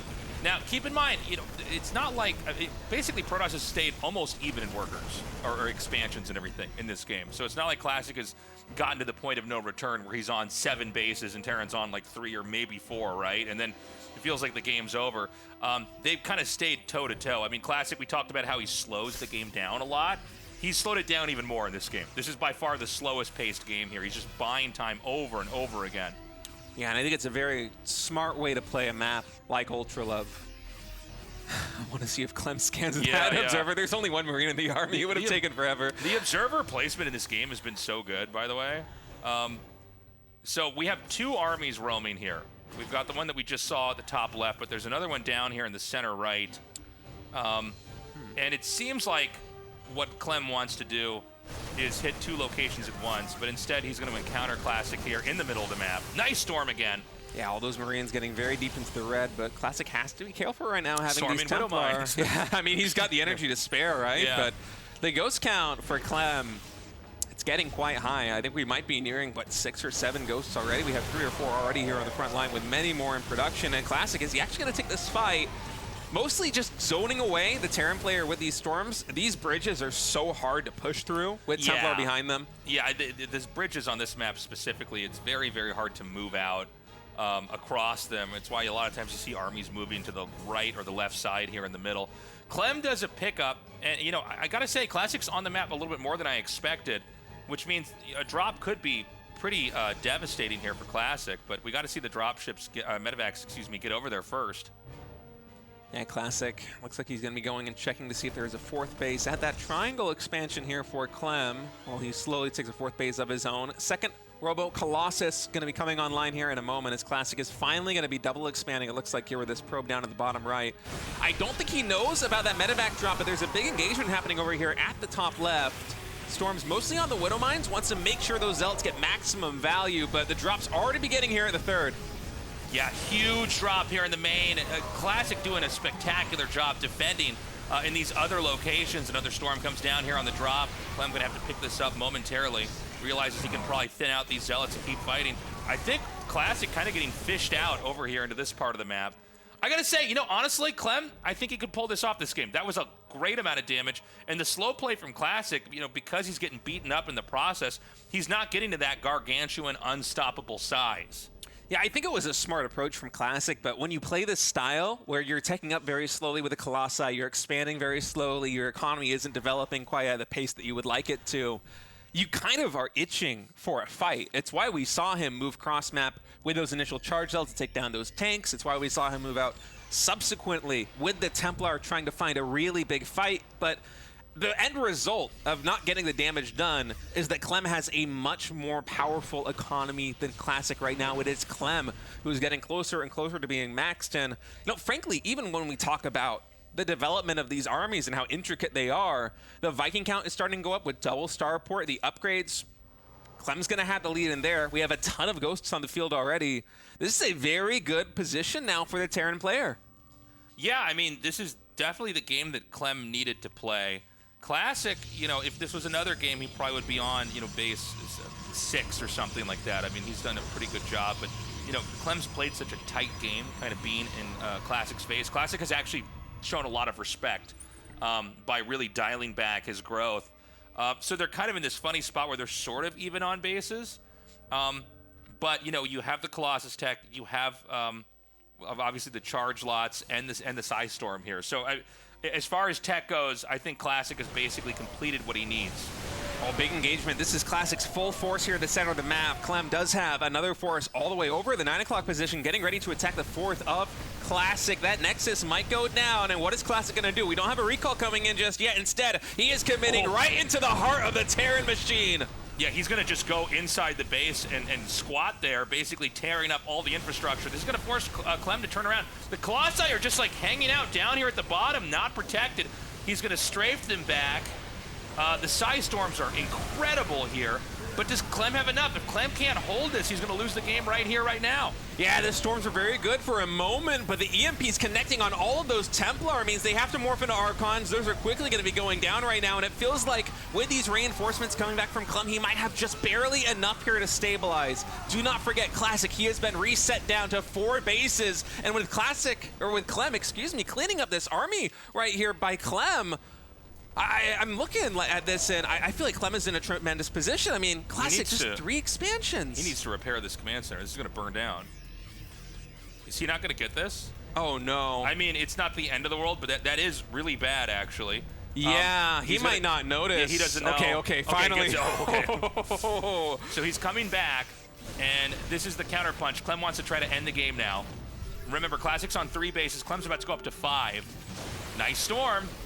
Yeah, but those Templar, they're very clumped. This one Templar here on the back is going to be able to get a small connection right there. And you see Clem right now, he's fishing with these Cloak Ghosts to try and get the big EMP connection. We have 3 Storms available left with this army. Colossi going to be coming in from the high ground. 2 of them, in fact, as Classic now collapsing on this position. Clem is going to retreat. I feel like this is a fight that Classic can take, but I'm looking at the army supplies, and I think there's a lot more for Clem that he is loading up with right now. Yeah, I mean, this is I gotta say, Clem did it. He played the game. And, you know, it's funny how it looked because it was such a pressure-based game. It did basically mess up the rhythm of what Classic does. And then, you know, Classic with this crazy attack in there. I do think, by the way, that Classic could have done better in that attack in the main. He let a lot of Zealots and Stalkers fight the command center that was, you know, burning that we were talking about. He might have been able to take a better fight there in the middle. But regardless, I mean, Clem is on the path to victory. He's going to try to come up here and stomp out this base, which is going to really, you know, cause Classic to be in pretty bad economic positions here. That Classic needs a big win right now. Oh, that EMP clutch catching the 2 frontline Templar. Another EMP catching another Templar. I'm not sure how many more Storms we have available. I think it's just this one lone Templar on the top right. And so right now, Clem is just destroying this position. The Storm is not going to be enough. Not with all those medevacs here for Clem. Wow. And he is going to get one on the board. It was a slow burn, but it paid off in the end. And we have a series, Tasteless. That was sick. I'm so happy that wasn't a 4-0, by the way. Clem now on the path to a comeback. He did it once. By the way, that was not an easy game. That was a tough one. Yeah. He had to sweat it out in that game to make that work. But what he was doing was he was really getting in Classic's face, forcing Classic to expand slower, to try to stop these pushes from coming out. And Classic didn't die to that, but he also didn't have the size and scope that of bases, of infrastructure that he would get in these other games that we saw in previous RSL matches. Yeah, Classic was basically just puffing up his chest. He's like, I'm not going to take a 3rd base. I'm going to go up to 5 gateways with Storm, with Charge, with a Robo, and I'm going to hope that you attack enemy. And he was fishing for those fights, and Clem never gave it to him. He just continually developed very slowly. He would take these engagements that he can disengage from if he needs to. Right, exactly. Very smartly. And the end result of that is that Classic is going into a mid-game with, by far, the worst economic outlook that he had the entire series. And maybe that's the game that Clem needs to play if he wants to come back in this best of 7. But the problem is when you're down 1-3, this is a lot of breathing room for Classic to fine-tune his play, to make those adjustments, to maybe do a cheese, or just do a completely different style. There's so many different approaches that you can have here as Protoss. It's why, you know, if you go to a Game 7 in a best of 7, a lot of times it's a back and forth, right? It's not like this guy won all his points over here, and then the other player won all the other points and actually took it. So it doesn't mean it's impossible, but it's going to be extremely challenging. Yeah, I'm not sure Clem's going to be able to do it, but man, I would love to see us go all the way to a Game 7. If you're enjoying the RSL, consider signing up for our Patreon. It's patreon.com/Revive SC2. We've got different tiers depending on what you can give here. The more you give, the more you're going to get out of this tournament. We're giving voting rights on maps and players. You can get your name in the credits. We're trying to get to our goal to have a offline event here in Seoul, where we'll be basically renting one of these big esports studios or arenas. So consider signing up. We want to be carrying the torch of StarCraft II after we finish the Esports World Cup this year. You know, we had a year of a lot of uncertainty and ambiguity about what was going to happen with StarCraft II, and we thought, okay, why don't we have autonomy? Why don't we just get together and make our own seasonal tournament? And that's exactly what we did. So consider signing up for that Patreon. We're going to take a short break, and when we come back, we'll continue on here with the RSL Finals.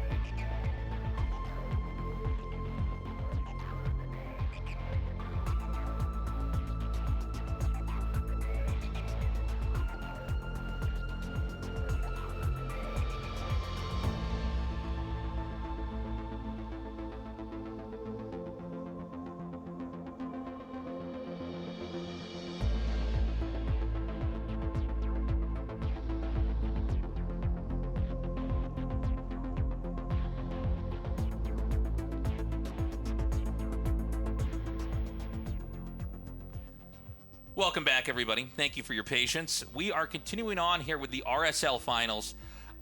Clem has started the comeback. The dream is alive. The question is, can he do it 3 more times in a row versus maybe the best Protoss vs. Terran player we've ever seen? Yeah, this is going to be a massive uphill struggle for Clem. Getting 1 on the board is all you really need, though, to start that comeback, of course. So maybe the momentum starts to swing a little bit. Maybe Classic starts to get in his own head a little bit here as well. Once you're on the 3-0, it's kind of... Sometimes you might feel like, oh, okay, well, I just have all the room in the world to just do whatever I want. You know, the win will come.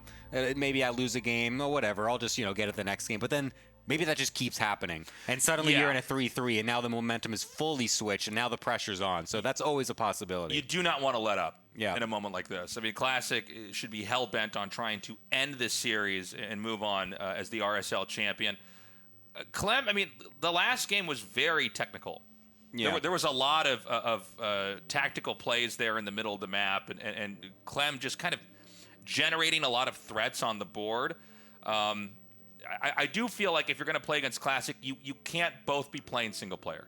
Yeah. You can't both be just making your buildings and taking bases. I think you really have to be kind of on top of Classic all the time, because he plays really slow at the start, right, and really safe, but by the time you get to the mid game, if you're not controlling him, he'll get up to like 7 bases. Yeah, you can't just let Classic just get up to that many bases. He's going to just fully run rampant. It has to be a really loud mid game from the Terran, I think. We're actually in our game now, so we're going to throw that up on screen for you guys. It is Classic here in the top right and Clem here in the bottom left. Yes, and Ley Lines is the map, the most standard map overall, so both players feeling likely very comfortable here. But, I mean, yeah, like you said, it feels like Clem really has to make sure he gets some sort of foothold going into the mid-game, because that is how he's going to find any sort of leverage going later on into the game. Classic, generally in these games that he's won, he feels the strongest in that mid-game transition point where he's able to take, one kind of big swingy fight that just lets him then continue on and snowball it slowly for the rest of the game. Whereas Clem, when he finally got that one last time, it felt like he actually did kind of almost lost, I feel like, in that early stage of the game where he was getting kind of like pushed up into his natural very early on. He got kind of caught with the tanks and stuff like that. But then he was able to actually recoup pretty well and actually regain that momentum. And so it's really critical here that he finds some tempo going into this mid game. Yeah, so let's see what kind of game that's going to be exactly here. And again, I don't want to be too deterministic with what Classic's going to do, right? It's just he has had a very thematic play style. Yeah. And he's sort of the resurrection of the macro, straight-up Protoss play. Mm-hmm. I mean, I think when people think Protoss, you think Zerg, right? You think swarmy stuff. Terran, you think a lot of pushes. But Protoss, there's a lot of deception. There's a lot of really kind of fun, crazy strategies you can do. But you don't have to play like that, right? I mean, there's super cheesy Zergs that aren't swarmy at all, right? And there's super slow. I play them on the ladder all the time. Yeah. It's really It feels like that's all there is on the ladder sometimes. But a Terran, I mean, there's also very, very slow kind of macro play Terran. Anyways, yeah, let's see what Classic's going to do here. But Clem at least found a solution in that last game. Yeah, he's going to be opening for a double gas this time, again going for the early Reaper, likely Reaper Hellion style, which has been pretty common from the Terrans overall. Looks like Adept first coming here from Classic. He likes to switch this up a lot, just kind of making it a little bit difficult for the Terran opponent to know exactly what he wants to do. He's never doing exactly the same thing every single time, and even going to be doing a second Adept as well with a faster Twilight. So doesn't just go always Stalker into Sentry into Adept or whatever, or anything like that. Nicely done from Clem to keep that just barely out of range. I thought he was going to lose it, actually. Yeah, it's really deceptive. I also feel like that sometimes when I'm playing. It's like, I'm like, oh, I got it. And then it just somehow runs just barely far enough away. I'm like, God, what the heck? Like, insane.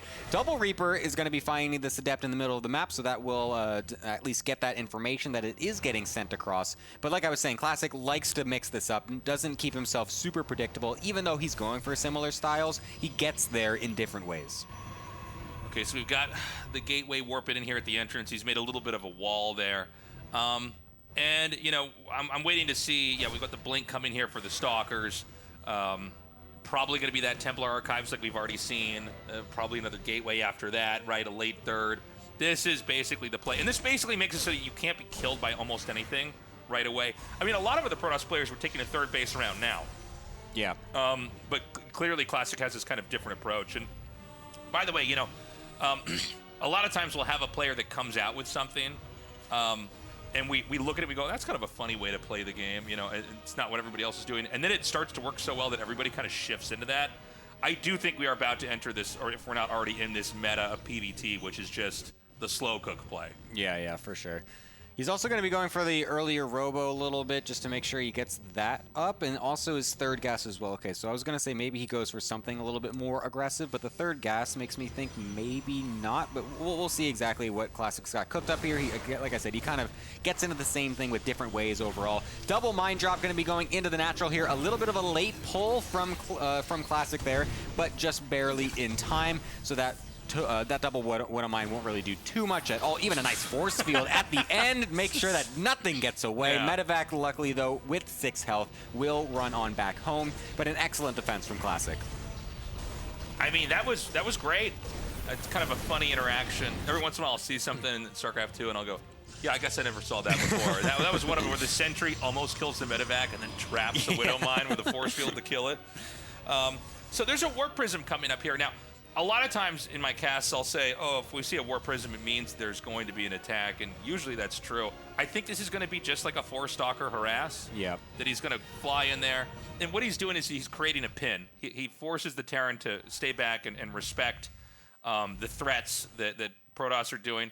And he's going to take a third base. So this is actually, am I wrong about this? This is a quicker third than we've seen in other games. Right? Slightly, yeah. Yeah. It's still generally pretty late when it comes to Terran versus Protoss in like historically or whatever. Usually you get like, you know, the 4-minute thirds and stuff like that, but the 5-minute third is definitely a little bit later, but not quite as late as some of the times Classic has gone for. And like you said, the Warp Prism is going to just be for those that 4-stalker drop. 4 stalkers, of course, is the key amount that you need to one-shot SCVs, so that's why exactly he's going for this. Might even just find the Raven, though. That's actually nice. We'll get that before it's able to really do anything. Blink to the side, pick everything on up. Should not lose a single unit. That was perfect from Classic, and could even come back in later for more SCV damage. That literally could not have gone better. That was like basically perfect. Yeah. Now he's got to be careful, man. You know, if he loses this Warp Prism, Terran can just push out on the map. We're having 5 gateways come down here. Storm is about to finish. And I think Clem, I mean, Stim's actually not done here. He's trying to just run underneath this without Stim. There really is nothing worse than Marines without Stim, by the way. This is my big takeaway. Yeah, no, they're not great at all. It's like the Warp Prism can like run circles around the Marines, and there's nothing they can do. Stim is done now, but it wasn't done when that first fight was occurring. Oh, it's so unlucky that the Medevac gets picked off earlier as well, though, because Clem was just trying to take advantage of the units not really reacting, or it seemed like. So unfortunately got just a little bit sloppy with the Medevac and does lose it early. You don't really want to be losing those. They're super beneficial as they go later into the game. The random Reaper and double Reaper and Hellion will find their way back into the third base, get a couple probes, which is actually not bad considering those are really not supposed to do any more damage for the rest of the game, so that's actually pretty nice. We'll keep some of them alive to throw back in later to add to the chaos. As double Medevac drop is going to be sent over to the right-hand side. Will this get scouted from Classic? I'm not sure if that observer saw it earlier or not, but it seems like he's just kind of prepared for this anyway, just is generally always aware of when these different types of attacks can happen, and generally is very good at splitting up his army to make sure he can defend against whatever's coming his way. Okay, so this is the moment where it's going to be Clem's turn. Now, Clem is really preferred to have like 2 or 3-pronged attacks versus like an actual push. So he's going to come in here, he eats a storm, but he's also going to wrap around here and try to hit the third base. Oh, no, he's actually being pretty careful here. I think he's basically like, okay, are you on 4 bases? No? Okay, well then let me back up here. I'm not going to feed into you. Because a lot of what happens in these games is Classic is basically just like turtling and defending and storming stuff and taking nexuses. and it's like the Terran is just bouncing off of the Protoss. The Protoss gets bigger and bigger. Just got this giant bubble. It's like a giant yoga ball. Yeah, exactly. Just tries to jump on it, immediately gets bounced back.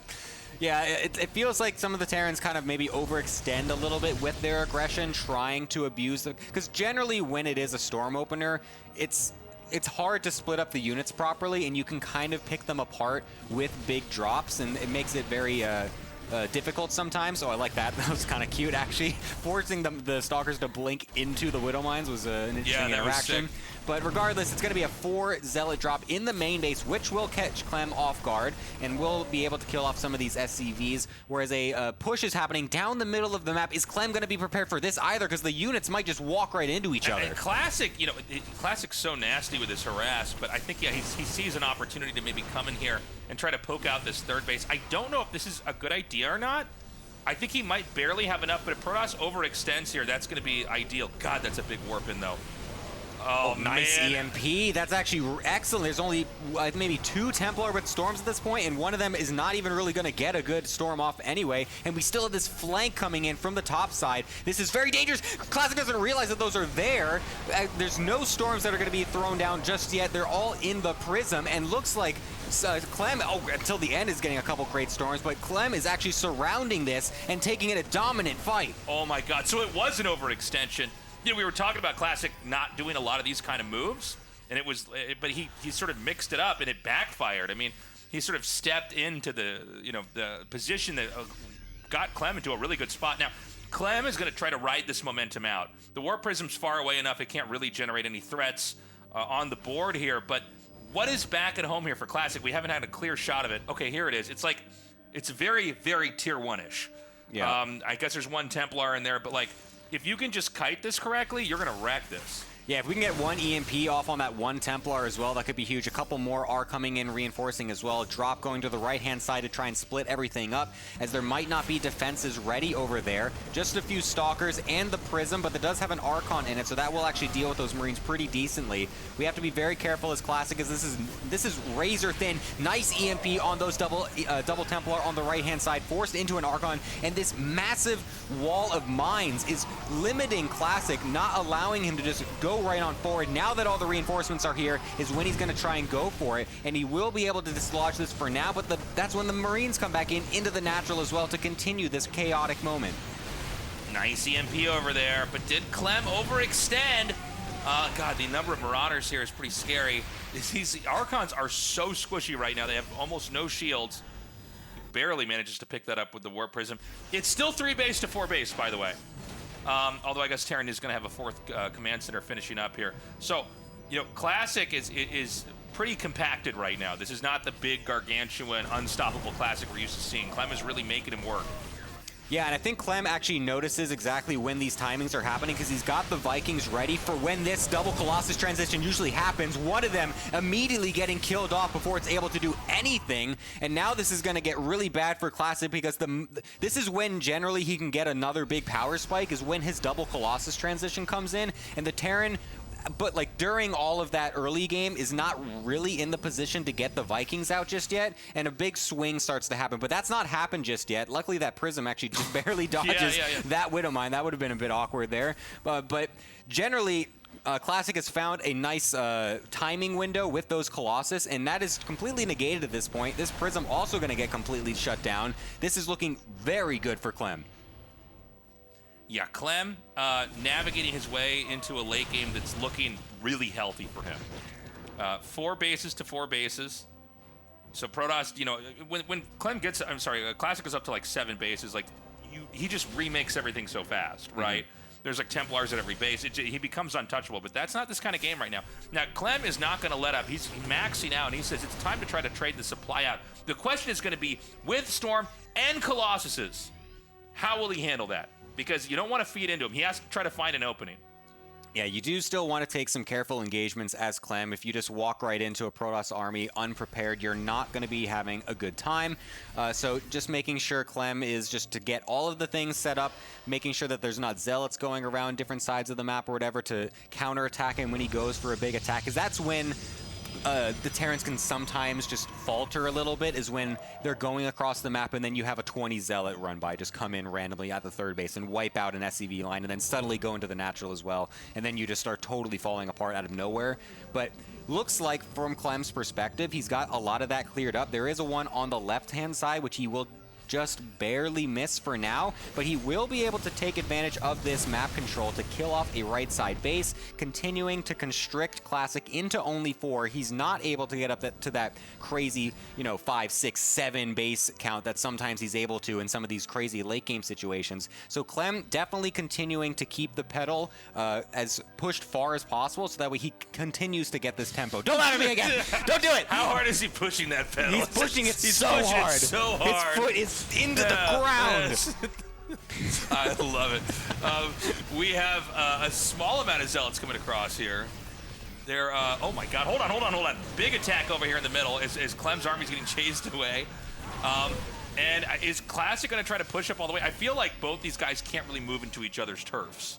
Yeah, you know definitely not. Definitely not when Clem's pushing that pedal all the way to the ground. All man. the way Not to the ground. impossible. The pedal's not even going to come back up when he stops. He won't depress now. He pushes so hard. Oh my god. Well, a couple of Widow Mines actually going to deny this space on the right side. That's actually a great little investment. I like that from Clem. There's a chance he doesn't see that too, and he's like, I thought I sent a probe there. Yeah, and he yeah, says, yeah, I've yeah. had so many games like that, So or it's like annoying. a DT's killing something. I'm like, I swear to God, I'm trying Oh my god, to. the EMP is Oh, huge! he On got every all single the one. Templar! That's ridiculous! The 2 hero ghosts out of nowhere will be able to get that. Can Clem actually capitalize on this, though, is the question. That's so much energy just completely gone. I mean, that was massive. Forcing them into Archons. We are getting into like supreme late game here. Clem is going to try to press his advantage here. He's going to throw down these Liberators. Kind of not a great angle here. The Stalkers can take this on pretty easily. Classic's supply is beginning to plummet here. The question is, does he have enough pushback? I just see Stalkers here. I think Clem might be about to win this game. A second set of EMPs got off on the other Templar as well. Going off of the initial one was absolutely excellent from Clem. Just pushing the issue now. There's no Colossus, no Templar. It's a couple of Archons as your splash damage. That is not what you want in a 15-minute macro game against this fully stacked out Clem army. And he is really going to try to just continue this snowball. He doesn't want to let off at this point. Double Colossus in the production tab right now from Classic. He needs something because his army is so brittle. These Templar, all these things trying to get warped in, or just dying immediately as pylons are getting sniped even. It looks like Clem has 1 million sensor towers also overlapping each other. It looks kind of funny on the minimap. So he definitely knows that there's nothing happening over there, and he's fully prepared to just go right into the natural here. We've got these Liberators thrown down over here. The Colossus is going to be picked off, and I think this game is basically over. We have so many more units rallying in here. Clem has done it again. Classic has been taken down. These games are wild, by the way. Yeah. Like, you can see the adjustments that Clem has made here. He's not overextending. He's doing a good job of basically having so many potential threats, but not always using them. Yeah. Does that make sense? Like in the earlier games, he would attack in and basically bleed off his whole army, and then either Classic gets too big or Classic just has a counter punch that comes out and ends the game. Here, he's like generating a threat. The moment he realizes he can't get in, he backs back out. And at the very end there, I mean, those EMPs on the Templars, that was, I think, 6 Templars. It was insane. It was 1 EMP as well, Yeah. which was insane. Cloaking them, just sending them forward. I think he had a scan maybe that saw them moving out of position. He's like, hold up. Yeah. Hold the phone. Yeah. I can do something here. Yeah, there's going to be some opportunity created here when all those storms are out of the game. Crazy stuff, guys. Can we throw the Patreon up on screen here? No, never mind. We're going to do the YouTube this time. YouTube. Guys, go subscribe to our YouTube. We're trying to grow this thing. We've actually it's been growing pretty fast, but we need it to grow even faster. Well, a lot of you cannot watch, if you're an English speaker, this isn't the most convenient time zone, being an Asian broadcast here. But you can find every episode of the RSL spoiler-free on our YouTube. So that way you can enjoy this. And look, obviously we're in the finals right now, but there's going to be Season 2. That's just around the corner after the Esports World Cup. So go there, like the videos, leave a comment. That really helps us in the algorithm. We want all the StarCraft II fans that tend to consume content on YouTube to be able to find us on there. And also join us on X. Yeah, we got all the different updates coming from there as well, so you can know exactly what's going on, see all the results and everything, so you'll be all up to date. So yeah, it's going to be all good there. If you can follow us, it would be sick. Drop your comments, talk about whatever you want, get some crazy comment chains going. Help us on the algorithm. Yes, please. We're going to take a short little break. When we come back, the RSL finals will continue on.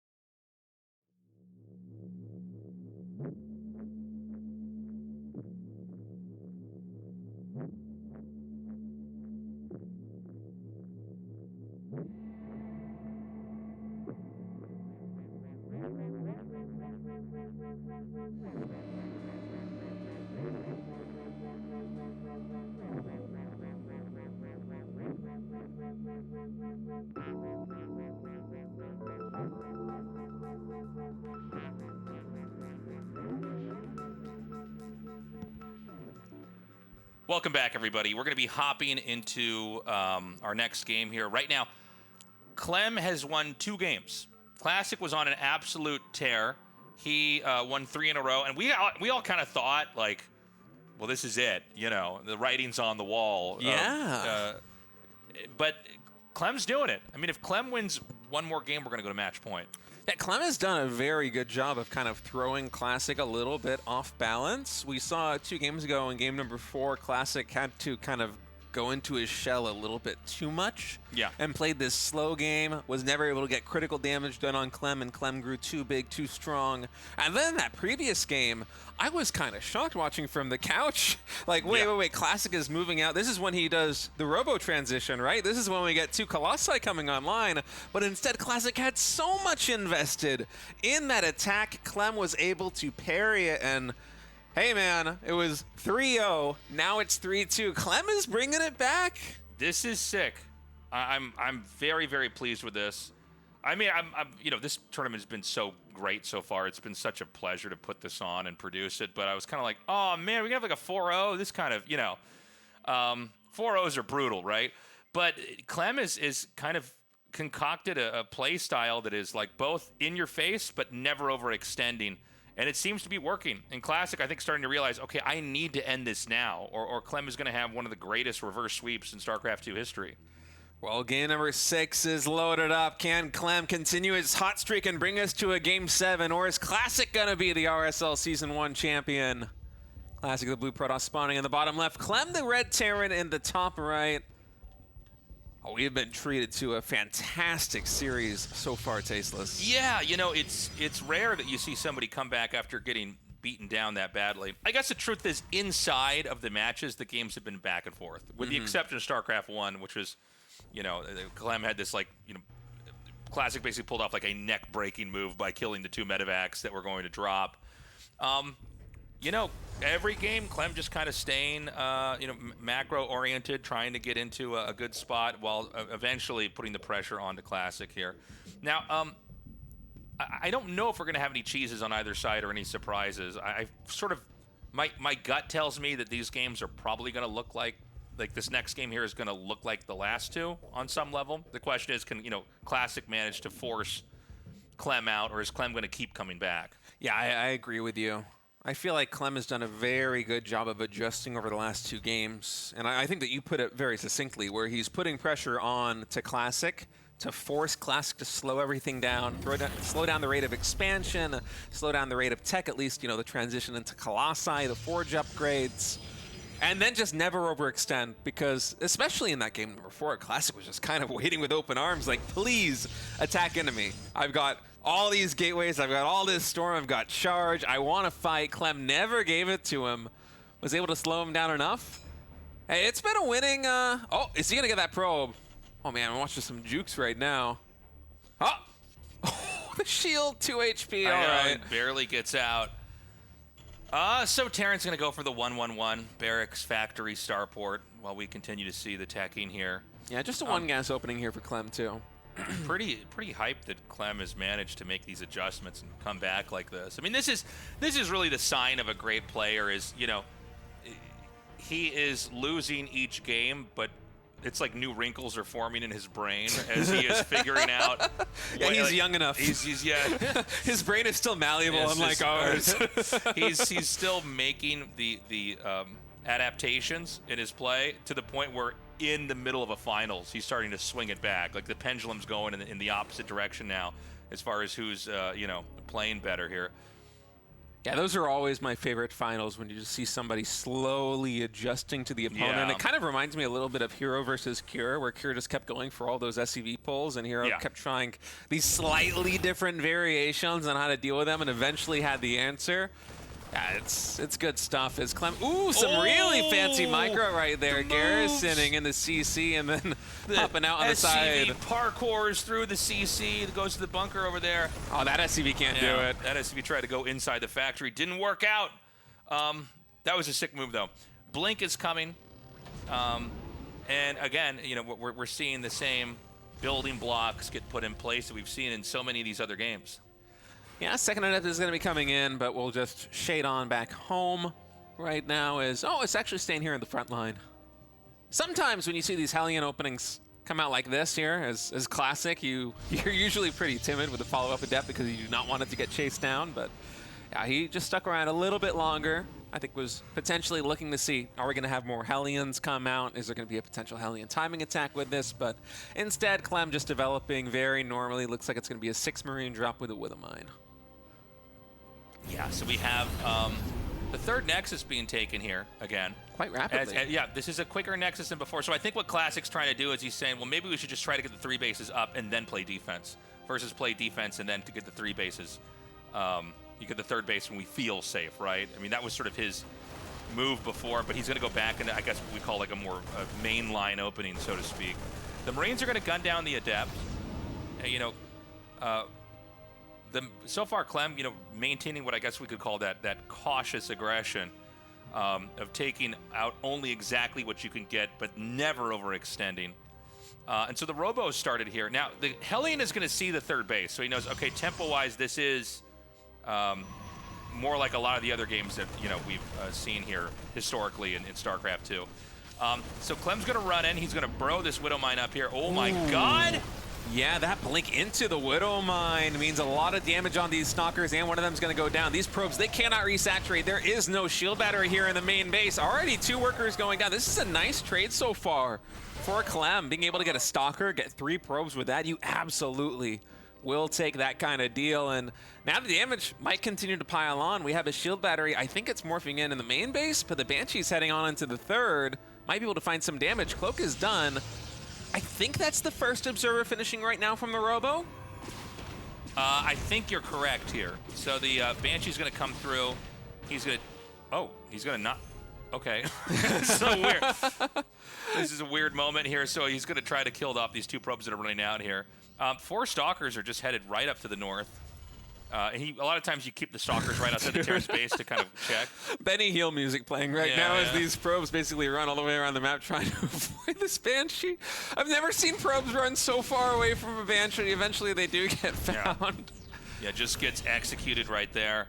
I didn't see a 3rd CC, right? No, there's no third CC. Okay, so he's just on 2 bases. So what he's doing is he's going to wind up with an attack pretty soon here. Although I guess now that I think about it, no, sorry, he starts a command center. So he is going to have an attack coming up here, but this is not one where it's hinged on like ending the game. Yeah, right? But with the 3rd CC this late, I feel like there is some potential to get damage done right now from Classic. And actually, did we see? Yeah, I think we saw Charge get canceled there by Classic, if I'm not mistaken. Oh, I didn't know. That's a good catch, State. I actually would have missed that. So the Templar Archives is coming down here. He wants to get Psystorm. Stim's about halfway done. And look, I mean, this basically means Terran can push before Storm is done. Right. Yeah, Storm coming in a little bit faster with that Forge. Interesting change there by Classic. I feel like I only saw Charge on the production tab for a moment, but it will be 2 more Banshees coming in from Clem as they work their way all the way around the edge of the map. Getting closer and closer to that 3rd base, but... Oh, he's going to miss this entirely. This whole army is moving through a blind spot. This is, by the way, this happens to me a lot. I relate to this where I go, how did he get to my base all of a sudden? I go, oh, I wasn't actually watching the entire exit. I mean, this is very good for Classic, because right now Classic thinks that Clem is still powering. So this is going to be like a jump scare push. It really will. And I'm pretty sure that Charge is not done, that it got canceled so that we have +1 and Storm coming in. We're going to see if that's correct in a moment right now as we get a look at these Zealots, because Clem is already at the front door here of Classic. Okay, it seems like, yeah, Charge actually did finish. Okay, it was done faster than I thought. All right. That will make holding this push a lot easier. But, I mean, two Widowmines like this, with the bio already pushing in, taking down a ton of gateways. We have 5 seconds till Storm is done. This is a hard position to break out right now for Classic, especially with these reinforcements coming in, Tasteless. Clem's splitting is really good. Okay, so he baits out those 2 storms. He keeps a lot of the Marines in the back here in a safe spot. Okay, so there's 2 Banshees up here. I mean, this is a really hard spot to get into, and I think Clem is going to ditch it. He's going to leave 1 Widow Mine, just something to kind of get in the way. And he's going to merge back. Oh, my God. He's so good. Okay, but here we go. Classic's going to dive in. He takes the tank out of Storm. Blankets that area. Just a couple of Marines left over here. There is another separate army moving down over here onto the side. And I don't know if Classic's going to be ready for this. Yeah, with energy recharge, can't have at least 1 more storm available right now as Classic. He's bringing the entire army because Clem has his main force still in the middle of the map. This isn't too much of an overextension for Classic, committing everything to defending the right side. But now the Banshee's coming into the natural expansion. Clem, he's got a supply lead, and he is not done yet, Tasteless. Yeah, Clem doing the damage. The Banshee Wrecking Ball coming through here, just taking out, workers wherever he can. And look, man, it's 3 base versus 3 base right now. Where's the Observer? Oh, it's not with the army right now. Yeah, I think Classic actually thought he did have an Observer with that group, but Clem starts to realize, oh, there's nothing over here. So finally he comes up here, he takes out those 2 Banshees. Clem in a supply lead, bigger army, and no 4th base yet for Classic. Yeah, Classic. That I was going to say the second Robo and the Robo Bay are going to have to come online very soon here because Clem, as soon as he gets these ghosts, we have seen how potent he can be with those EMPs. They have been clutch over the past couple of days. As Classic will be taking a 4th base behind all of this, and usually this is the stage in the game where Classic tries to get some breathing room while those double Robo Colossi come online by getting aggressive, but with already ghosts entering the field, and Clem's army being as substantial as it is, I'm a little bit concerned about this push out, Tasteless. Yeah, he's going to try to come and attack in over here. The stem is just driving back all these units. Classic's going to warp in here. I don't think this Viking can kill this in time. Yeah, it needs 1 more missile. So all these Zealots are going to be in the main. Classic's going to try to lean onto that command center on the outside while the Zealots just thrash the interior here of the Terran's base. Yeah, Marines coming up that ramp will be able to defuse the situation here in the main base. And Clem, he wasn't able to get the EMP connections on the Templar, but still, Classic, he's showing a lot of respect because this is such a hard concave to attack into at that Terran 3rd base. Instead, he's going to retreat.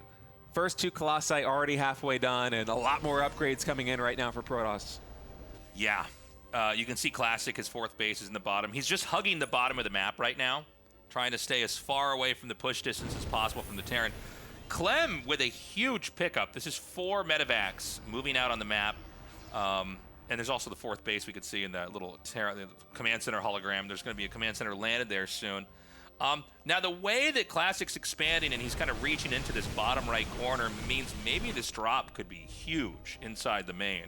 Yeah, we do have that initial photon cannon and the shield battery, but not much left for Classic, as he is going to be moving out on the map. Clem's going to have to be very careful that he doesn't unwittingly run into this army, as he's actually going to send 1 Stim Marine kind of to clear the pathway first. I like this a lot, but still Classic, he is roaming over here in the top left. He does not know about this Terran army, though, right in the corner. Okay, he's going to move up into the side. So they're about to both hit each other. This could be very base trade-ish.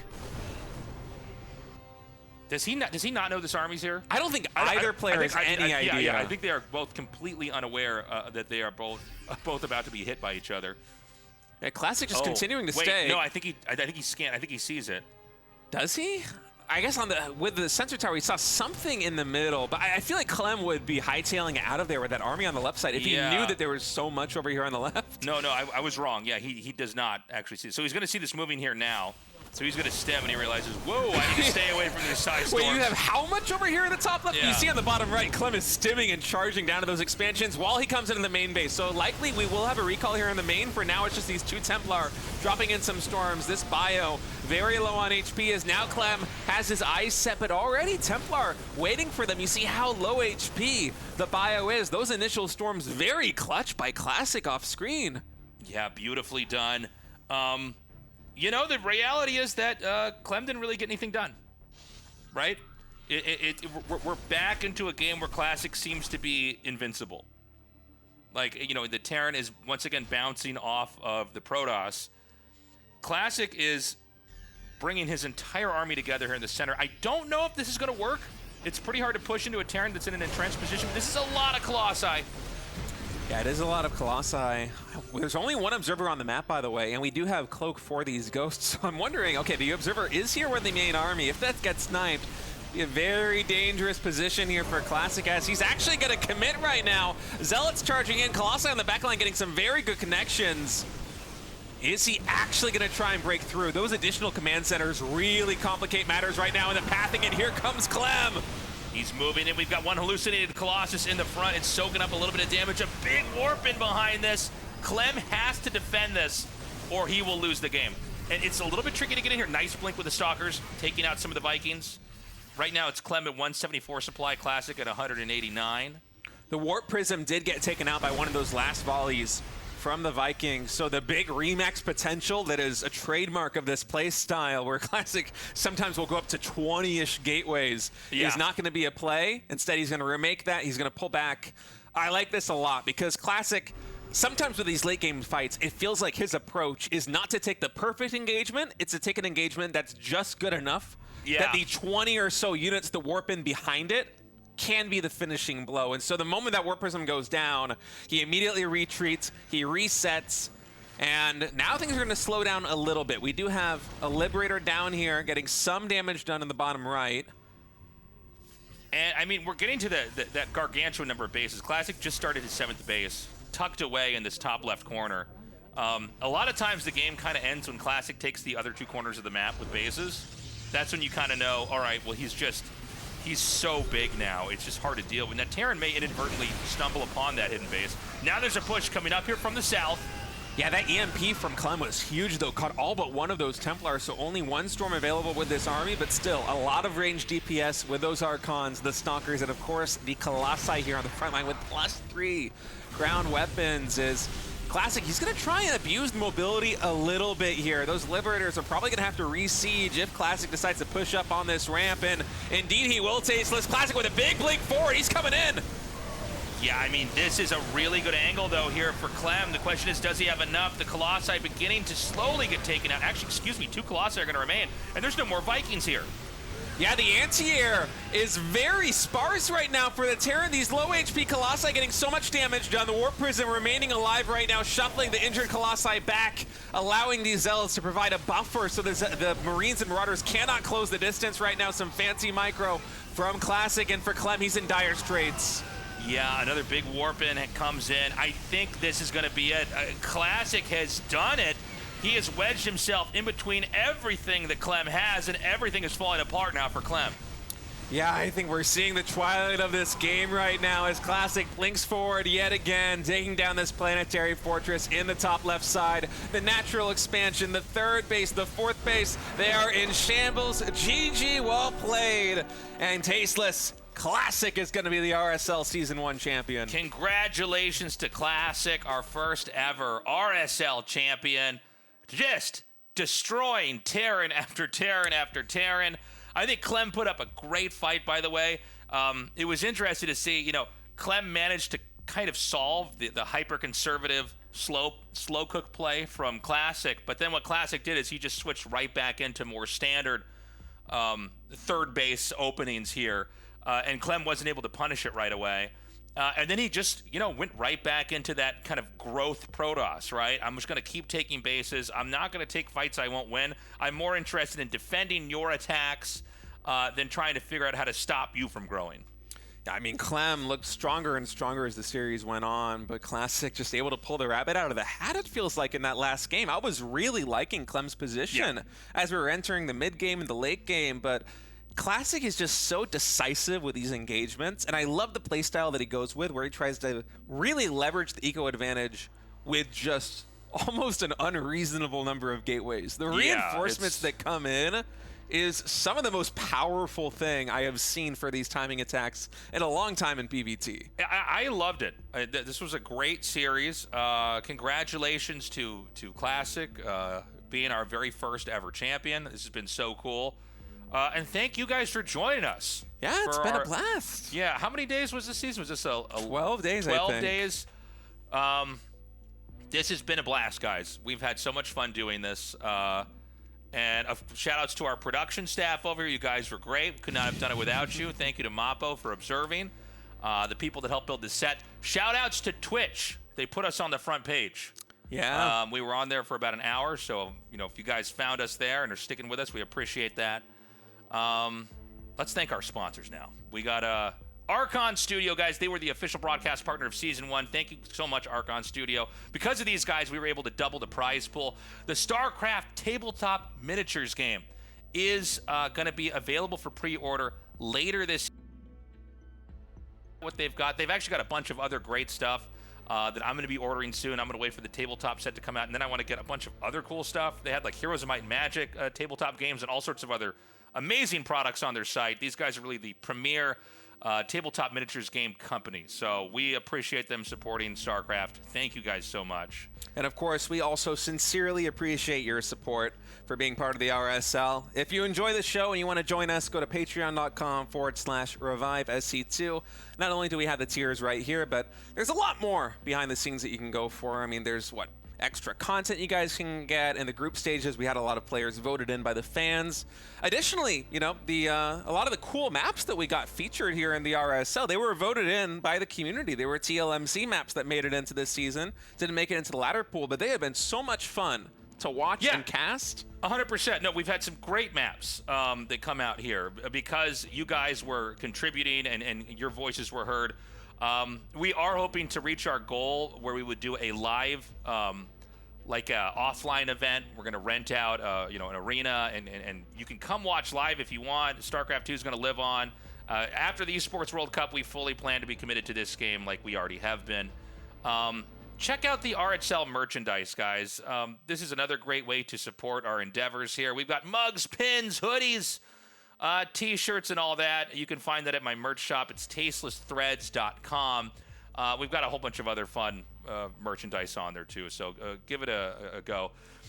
Subscribe to our YouTube, please. By the way, I think the command in my Twitch chat was wrong earlier. I have my own personal YouTube where I put stuff on there. The RSL YouTube is separate. It's at Revive SC2. If you search that on YouTube, we wanted to keep this kind of siloed into one place so we could follow the metrics really carefully and try to get further sponsors. And but because it's a brand new YouTube, it's hard to grow. So please subscribe to that. Leave a comment or like the videos on there. That's another excellent way to kind of help us get into the algorithm, get into the YouTube bloodstream so we can find more people that will be future fans of the show.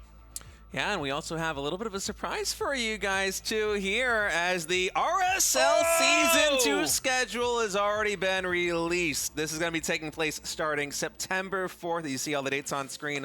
The qualifiers for RSL Season 2 will be happening in August. The finer details of that will be announced at a later date, but yeah, man, I am excited to continue on with the RSL here in 2025. I'm pumped. So join us. That's going to be the first week of September.